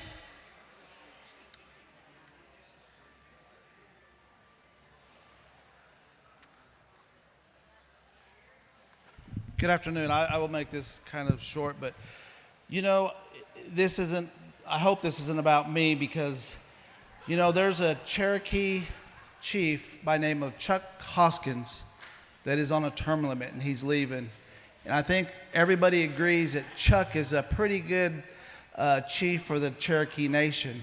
And whether I'm not here or not, if you guys find somebody one day that can just zoom the tribe out of this atmosphere and he's on a term limit, then he might think, you know what am I doing? But your vote is a term limit. Prior to me, nobody ever served a second term. Actually, 3 out of 4 people didn't even make the runoff. So your vote is the term limit. You don't have to vote anybody in you don't want to. If you feel they're not doing a good job, don't vote them in. If you don't feel I'm doing a good job, hey, don't vote for me. I'm not here to do anything other than try to move the tribe forward and be positive. And I think we've done a lot of good things, but you have that vote to say we don't want him in there. And that's what I try to tell people. People say, this person's going to run. I said, hey, if they want to run, run. It does give the tribal people a different option. This isn't a forever thing because I could pass tomorrow and then somebody's got to jump up in here. I could do something and get hit by a car, become mentally or physically disabled. It doesn't have to be me, but somebody is going to come along one of these days that wants to run, and some kid that's about 15 years old or 25 years old may come in here and give you a whole lot better option and decide that they want to do it forever. But this has to go through a special election after this anyway if it was passed. So you just have to remember that it's still got to go before the vote of all tribal members, because 75 people that vote today or that constitutes a quorum is only 0.43% of the 6,000 people that we have, 16,000 people that we have in a tribe. So there's still other people that got to vote. But I'm just saying, regardless of me, you got to decide in the future if somebody comes along. Thank you. Thank you. Discussion? Okay, once again, I know this is a resolution for tribal council, but if people knew the Constitution, tribal council only has the authority to call for a referendum vote with 250 signatures, and you have to have 120 days to do it. So there has to be a resolution, a petition, and you have 120 days. The only ones that can call for a special election are the legislature.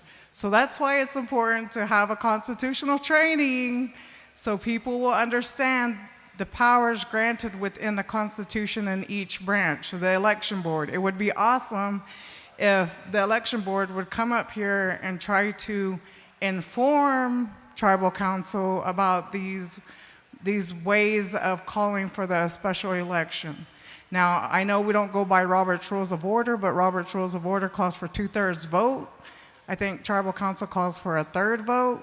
But it would be awesome for those people, elected officials, to come up here and speak to tribal council and say, hey, I'm not saying you can't do this, but technically, legally, you know, you have to have a petition for tribal council, 250 votes, petition, resolution, all of that, supporting documentation, or the legislatures calling for a special election. So, thank you. Okay, other discussion? Thank you. So yeah, I do have an opinion on everything, and so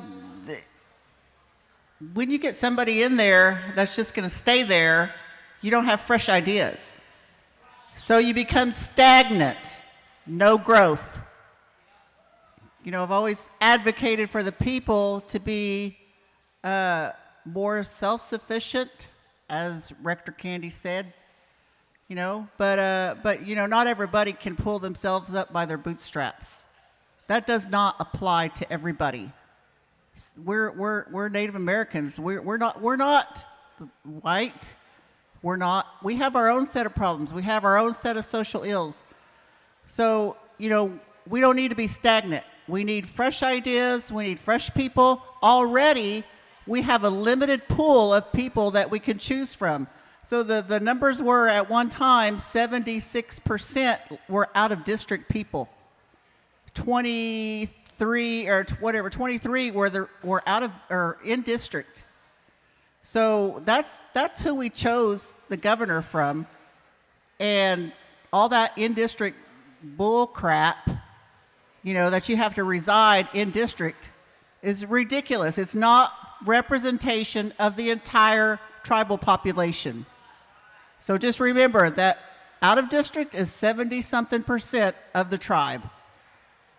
So we want fresh ideas.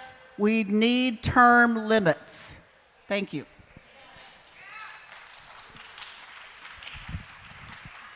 Okay, other discussion? So just to touch on what she just said, out of district, you have power. That's to vote. If you didn't want the current governor, you have to vote. I mean, that's your voice. You have to vote. When you get those ballots in the mail, you have to vote and send them in. This right here is calling for a special election.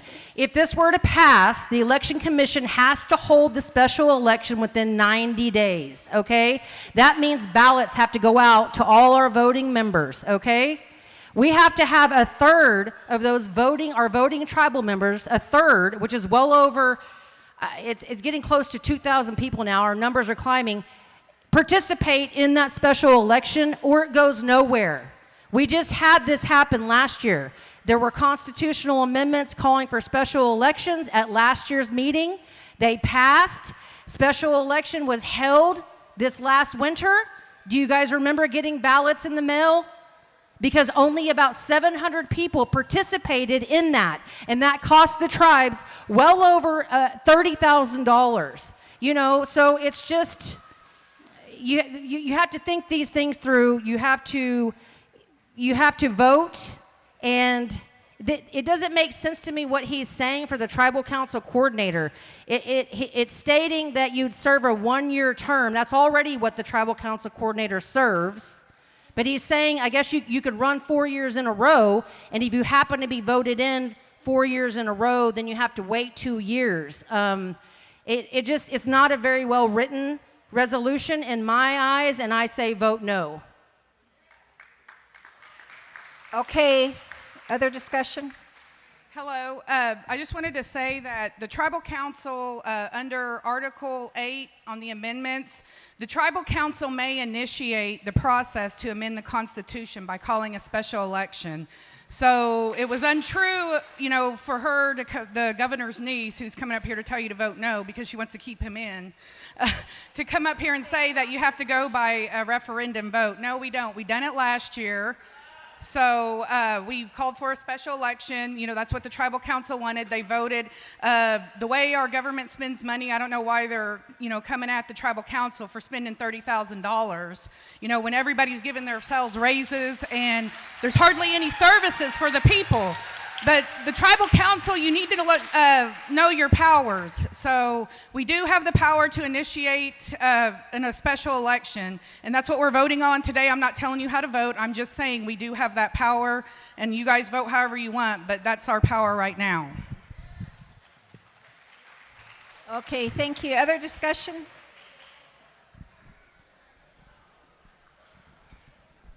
Perversio. Mata me nashua.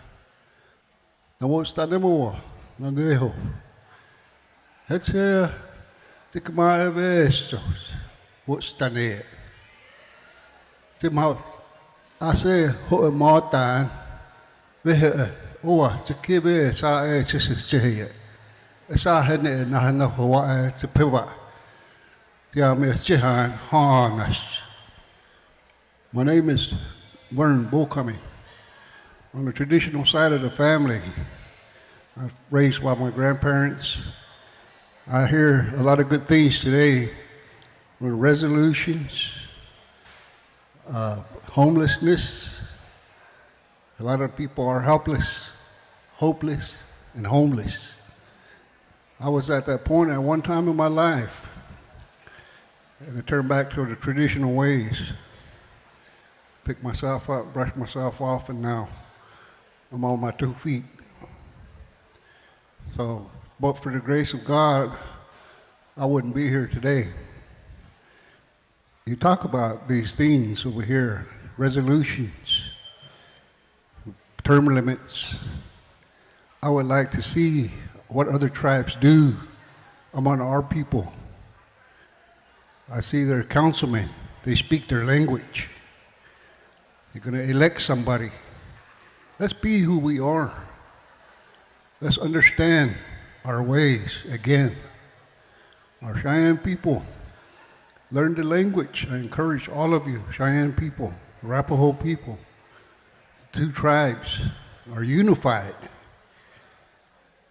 If you want to vote somebody in, ask them, do they understand the language? How long have they been knowing the language? Do they live the language? I hear a lot of stories about people go to Washington. They talk thousands and thousands of dollars. Our people right now today out there walking on the streets, drugs, alcohol. And you talk about the budget over here. How many thousands of dollars are going to different things, salaries? If the people work for the people, the salaries should be minimal, per diem. That's what other tribes get. Come back to the ways that we started with, our old ways. Come back to prayer. Encourage all of you to pray. Pray for those that's less fortunate, those kids that don't have no parents, those people out there that are lost to drugs and alcohol. Those are the ones that need the most help among our people. So I just want to come up here to say this for our homeless people, our helpless people, our elders, our younger generations. It's been prophesied that we're going to lose our way if we don't keep our language intact. Aho, makiyashime, jive ahtomone, techa, neha, nesh.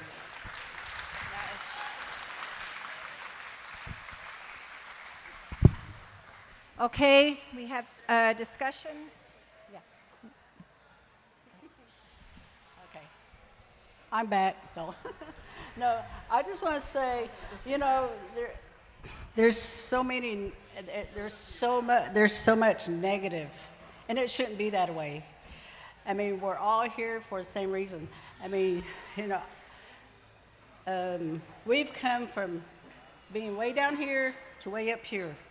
It's like, you know, I've seen improvements in our tribe, and the benefits we are getting from our tribe, there's tribes that don't even get that. And we get, I mean, we're blessed. I mean, I see it that way. I mean, they're doing a good job. There's a lot of improvements. And I just want to say, you know, let's don't have a lot of negative in our tribe. Let's do positive. Be positive. Be positive, you know.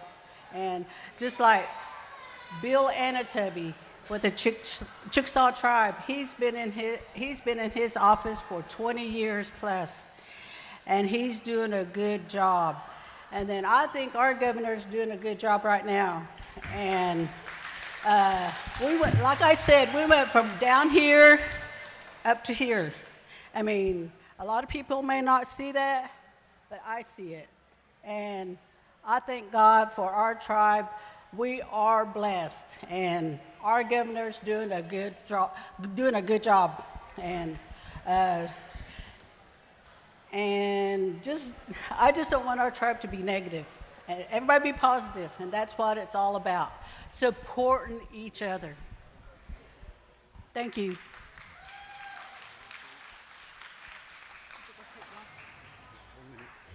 Okay. I forgot to mention, I'm sorry, I apologize. One of my elders from our district over in Watonga, he asked me to mention our homelessness over here. The people that have houses through housing, they're losing their homes because of taxes. After they get their warranty deeds, no one was telling them that they're going to lose their house if they don't pay their taxes. People are losing their homes now. They're calling that old man for help. And he asked me to say, be aware of these things. Some things need to be brought out through the districts. Our councilman needs to go in and see these people that are being placed out on the streets with their families. And so Elder asked me to say these things, and I forgot to mention that just a little while ago, so I apologize. But some things need to be fixed with these houses that got paid for by the housing authority. They didn't tell these people that they were going to be taxed. They were put out, not only in Watonga, but all of our districts. People are losing their homes. People are getting put out on the streets. Thank you. Okay, discussion.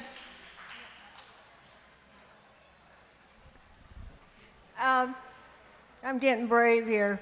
As old as I am, I believe that our tribe needs to move forward, and that moving forward is change. And I'm from way off, but I get a lot of messages from our Cheyenne people that live in district to let me know what's going on. And I put that out on our OOD page. But we do need change, and this is a step forward. As old as I am, I'm not set in the ways. I'm open for change. And some of us need to get moving. And I believe in this, just vote yes. Okay, that was a discussion. Call for the vote. Okay, we called for the vote. We'll go to your clickers. Number 1 is yes. If you want the resolution to pass, the resolution is a special election to amend the Constitution for governor and tribal council coordinator term limits. Vote number 2, no, if you don't want the resolution, and 3, abstain.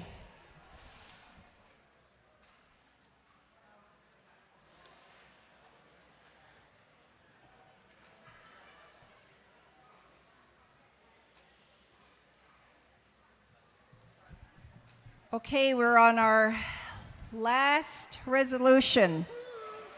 This is a resolution for a special election to amend the Constitution for elected officials and tribal council pay. Did we already do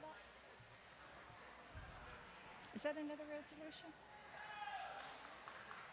Okay, apparently there's 2 amendments, so we're going to have the author come up to the podium for that. Okay, this resolution for a special election to amend the Constitution for governor and tribal council coordinator term limits, yes 162, no 140, 12 abstained. Resolution passes. Yes. Yeah, I think so, 15, right? Yeah. Hello, I'm going to start at the 1, 2, 3, 4th. Whereas the Tribal Council sees that a policy must be put in place for the governor to request pay increases to the base pay. The governor has repeatedly ignored when the raises shall take effect. This will only apply to any merit or general increases to the governor's base pay. This will not apply to any cost of living adjustments. Now, therefore, be it resolved, the Tribal Council hereby calls a special election pursuant to Article 7, Number 5, compensation as follows.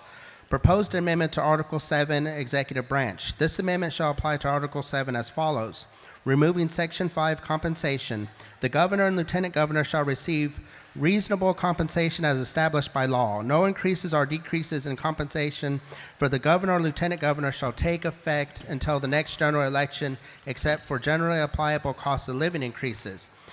2, it will replace Section 5 compensation with the following. A, the governor's base pay shall be set at $120,000 per year. The lieutenant governor's base pay shall be set at $100,000 per year. B, after the completion of the governor's and lieutenant governor's term, the pay for both offices will be reset to the base pay. C, the governor and lieutenant governor shall be eligible for 4% cost of living adjustments every year that they are in office. D, the governor and lieutenant governor shall not be eligible for any other raises unless a resolution is submitted and approved by the tribal council at the annual meeting held in October. The raise, if approved, will not take effect until the following January of the annual tribal council meeting. Proposed amendment to Article 5, Tribal Council. This amendment shall add Section 6, compensation. A, the tribal council coordinator's base pay shall be set at $75,000 per year. Proposed amendment to Article 6, Legislative Branch. This amendment shall add Section 8, compensation. A, legislators' base pay shall be set at $65,000 per year. B, after the completion of the individual legislator's term in office, the pay for the office will be reset to base pay. C, the individual legislator shall be eligible for 4% cost of living adjustment every year that they are in office. E, individual legislators shall not be eligible for any other raises unless a resolution is submitted and approved by the tribal council at the annual meeting held in October. The raise, if approved, will not take effect until the following January of the annual tribal council meeting. Be it finally resolved, should this resolution pass, the tribal council there will be a special election held to amend the Constitution. Okay, we'll go into discussion.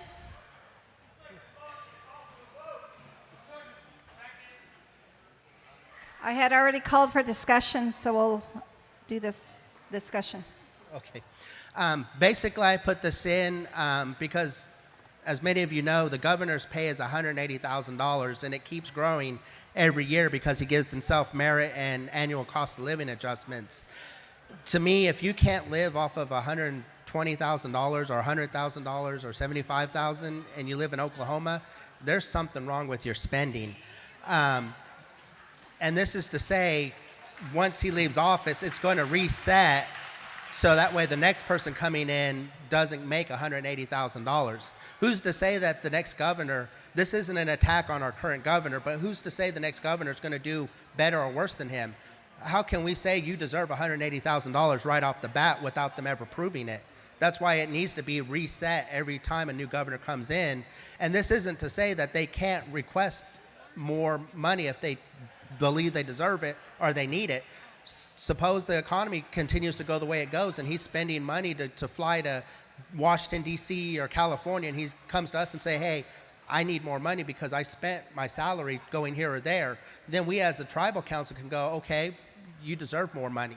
But once he leaves office, then it's going to reset back to its original base salary. Okay, discussion? Call for the vote.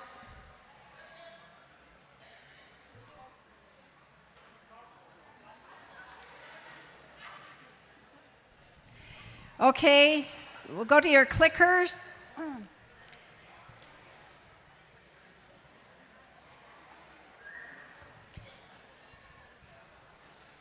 Number 1, yes, if you want the resolution to call for a special election to amend the Constitution regarding pay for the governor, lieutenant governor, legislators, and tribal council coordinator. Number 2, no for the resolution, and 3, abstain.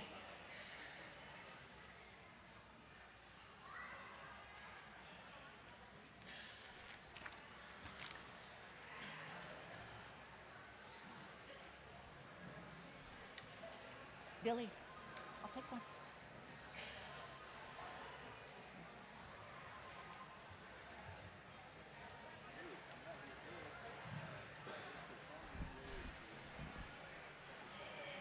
Ralph, Ralph.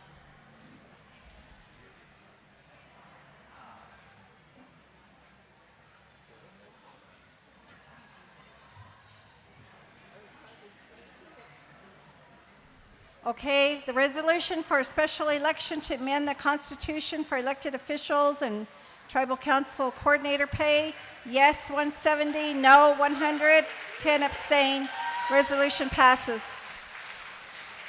Okay, tribal members, this is the end of our meeting for this year, and I want to thank everybody. We're going to adjourn, and I would like to ask, say a prayer for closing.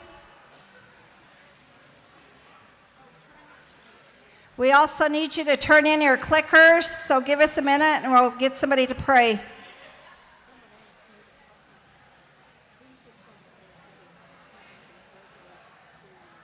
That's a question for the new tribal council coordinator.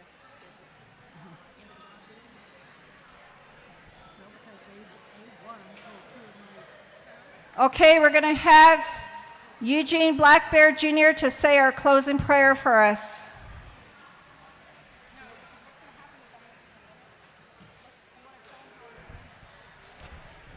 We'd like to say thank you to everybody that came out today for the annual Cheyenne Arapaho Tribal Council meeting.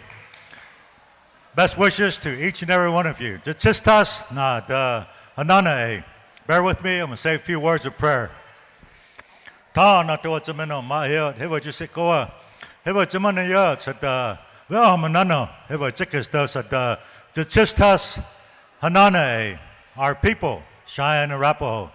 Heva jisikoa heva vestama shwatimano jaha menes jiakams hon sadanots well manano. The ones in tears. Our sister buried her mother yesterday. Dry their tears, the ones that lost their loved ones. Comfort them. Heva vestamam mitzamanat oh it's a piva.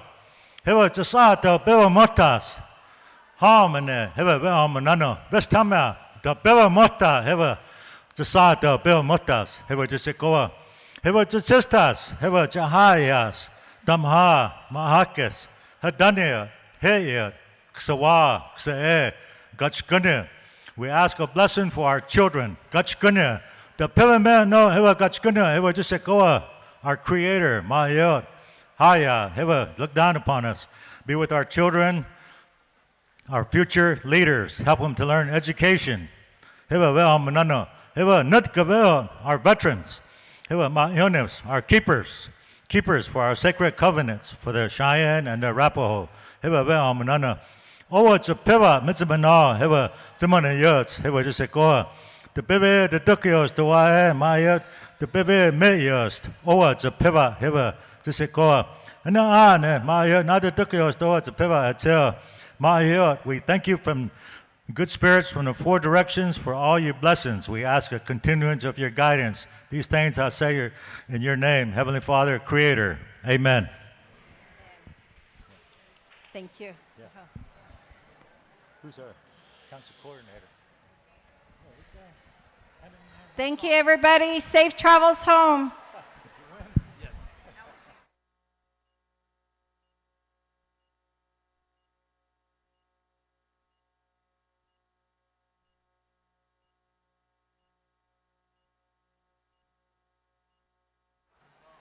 I think they turned them off. Oh, that one's on. Yeah, ladies and gentlemen.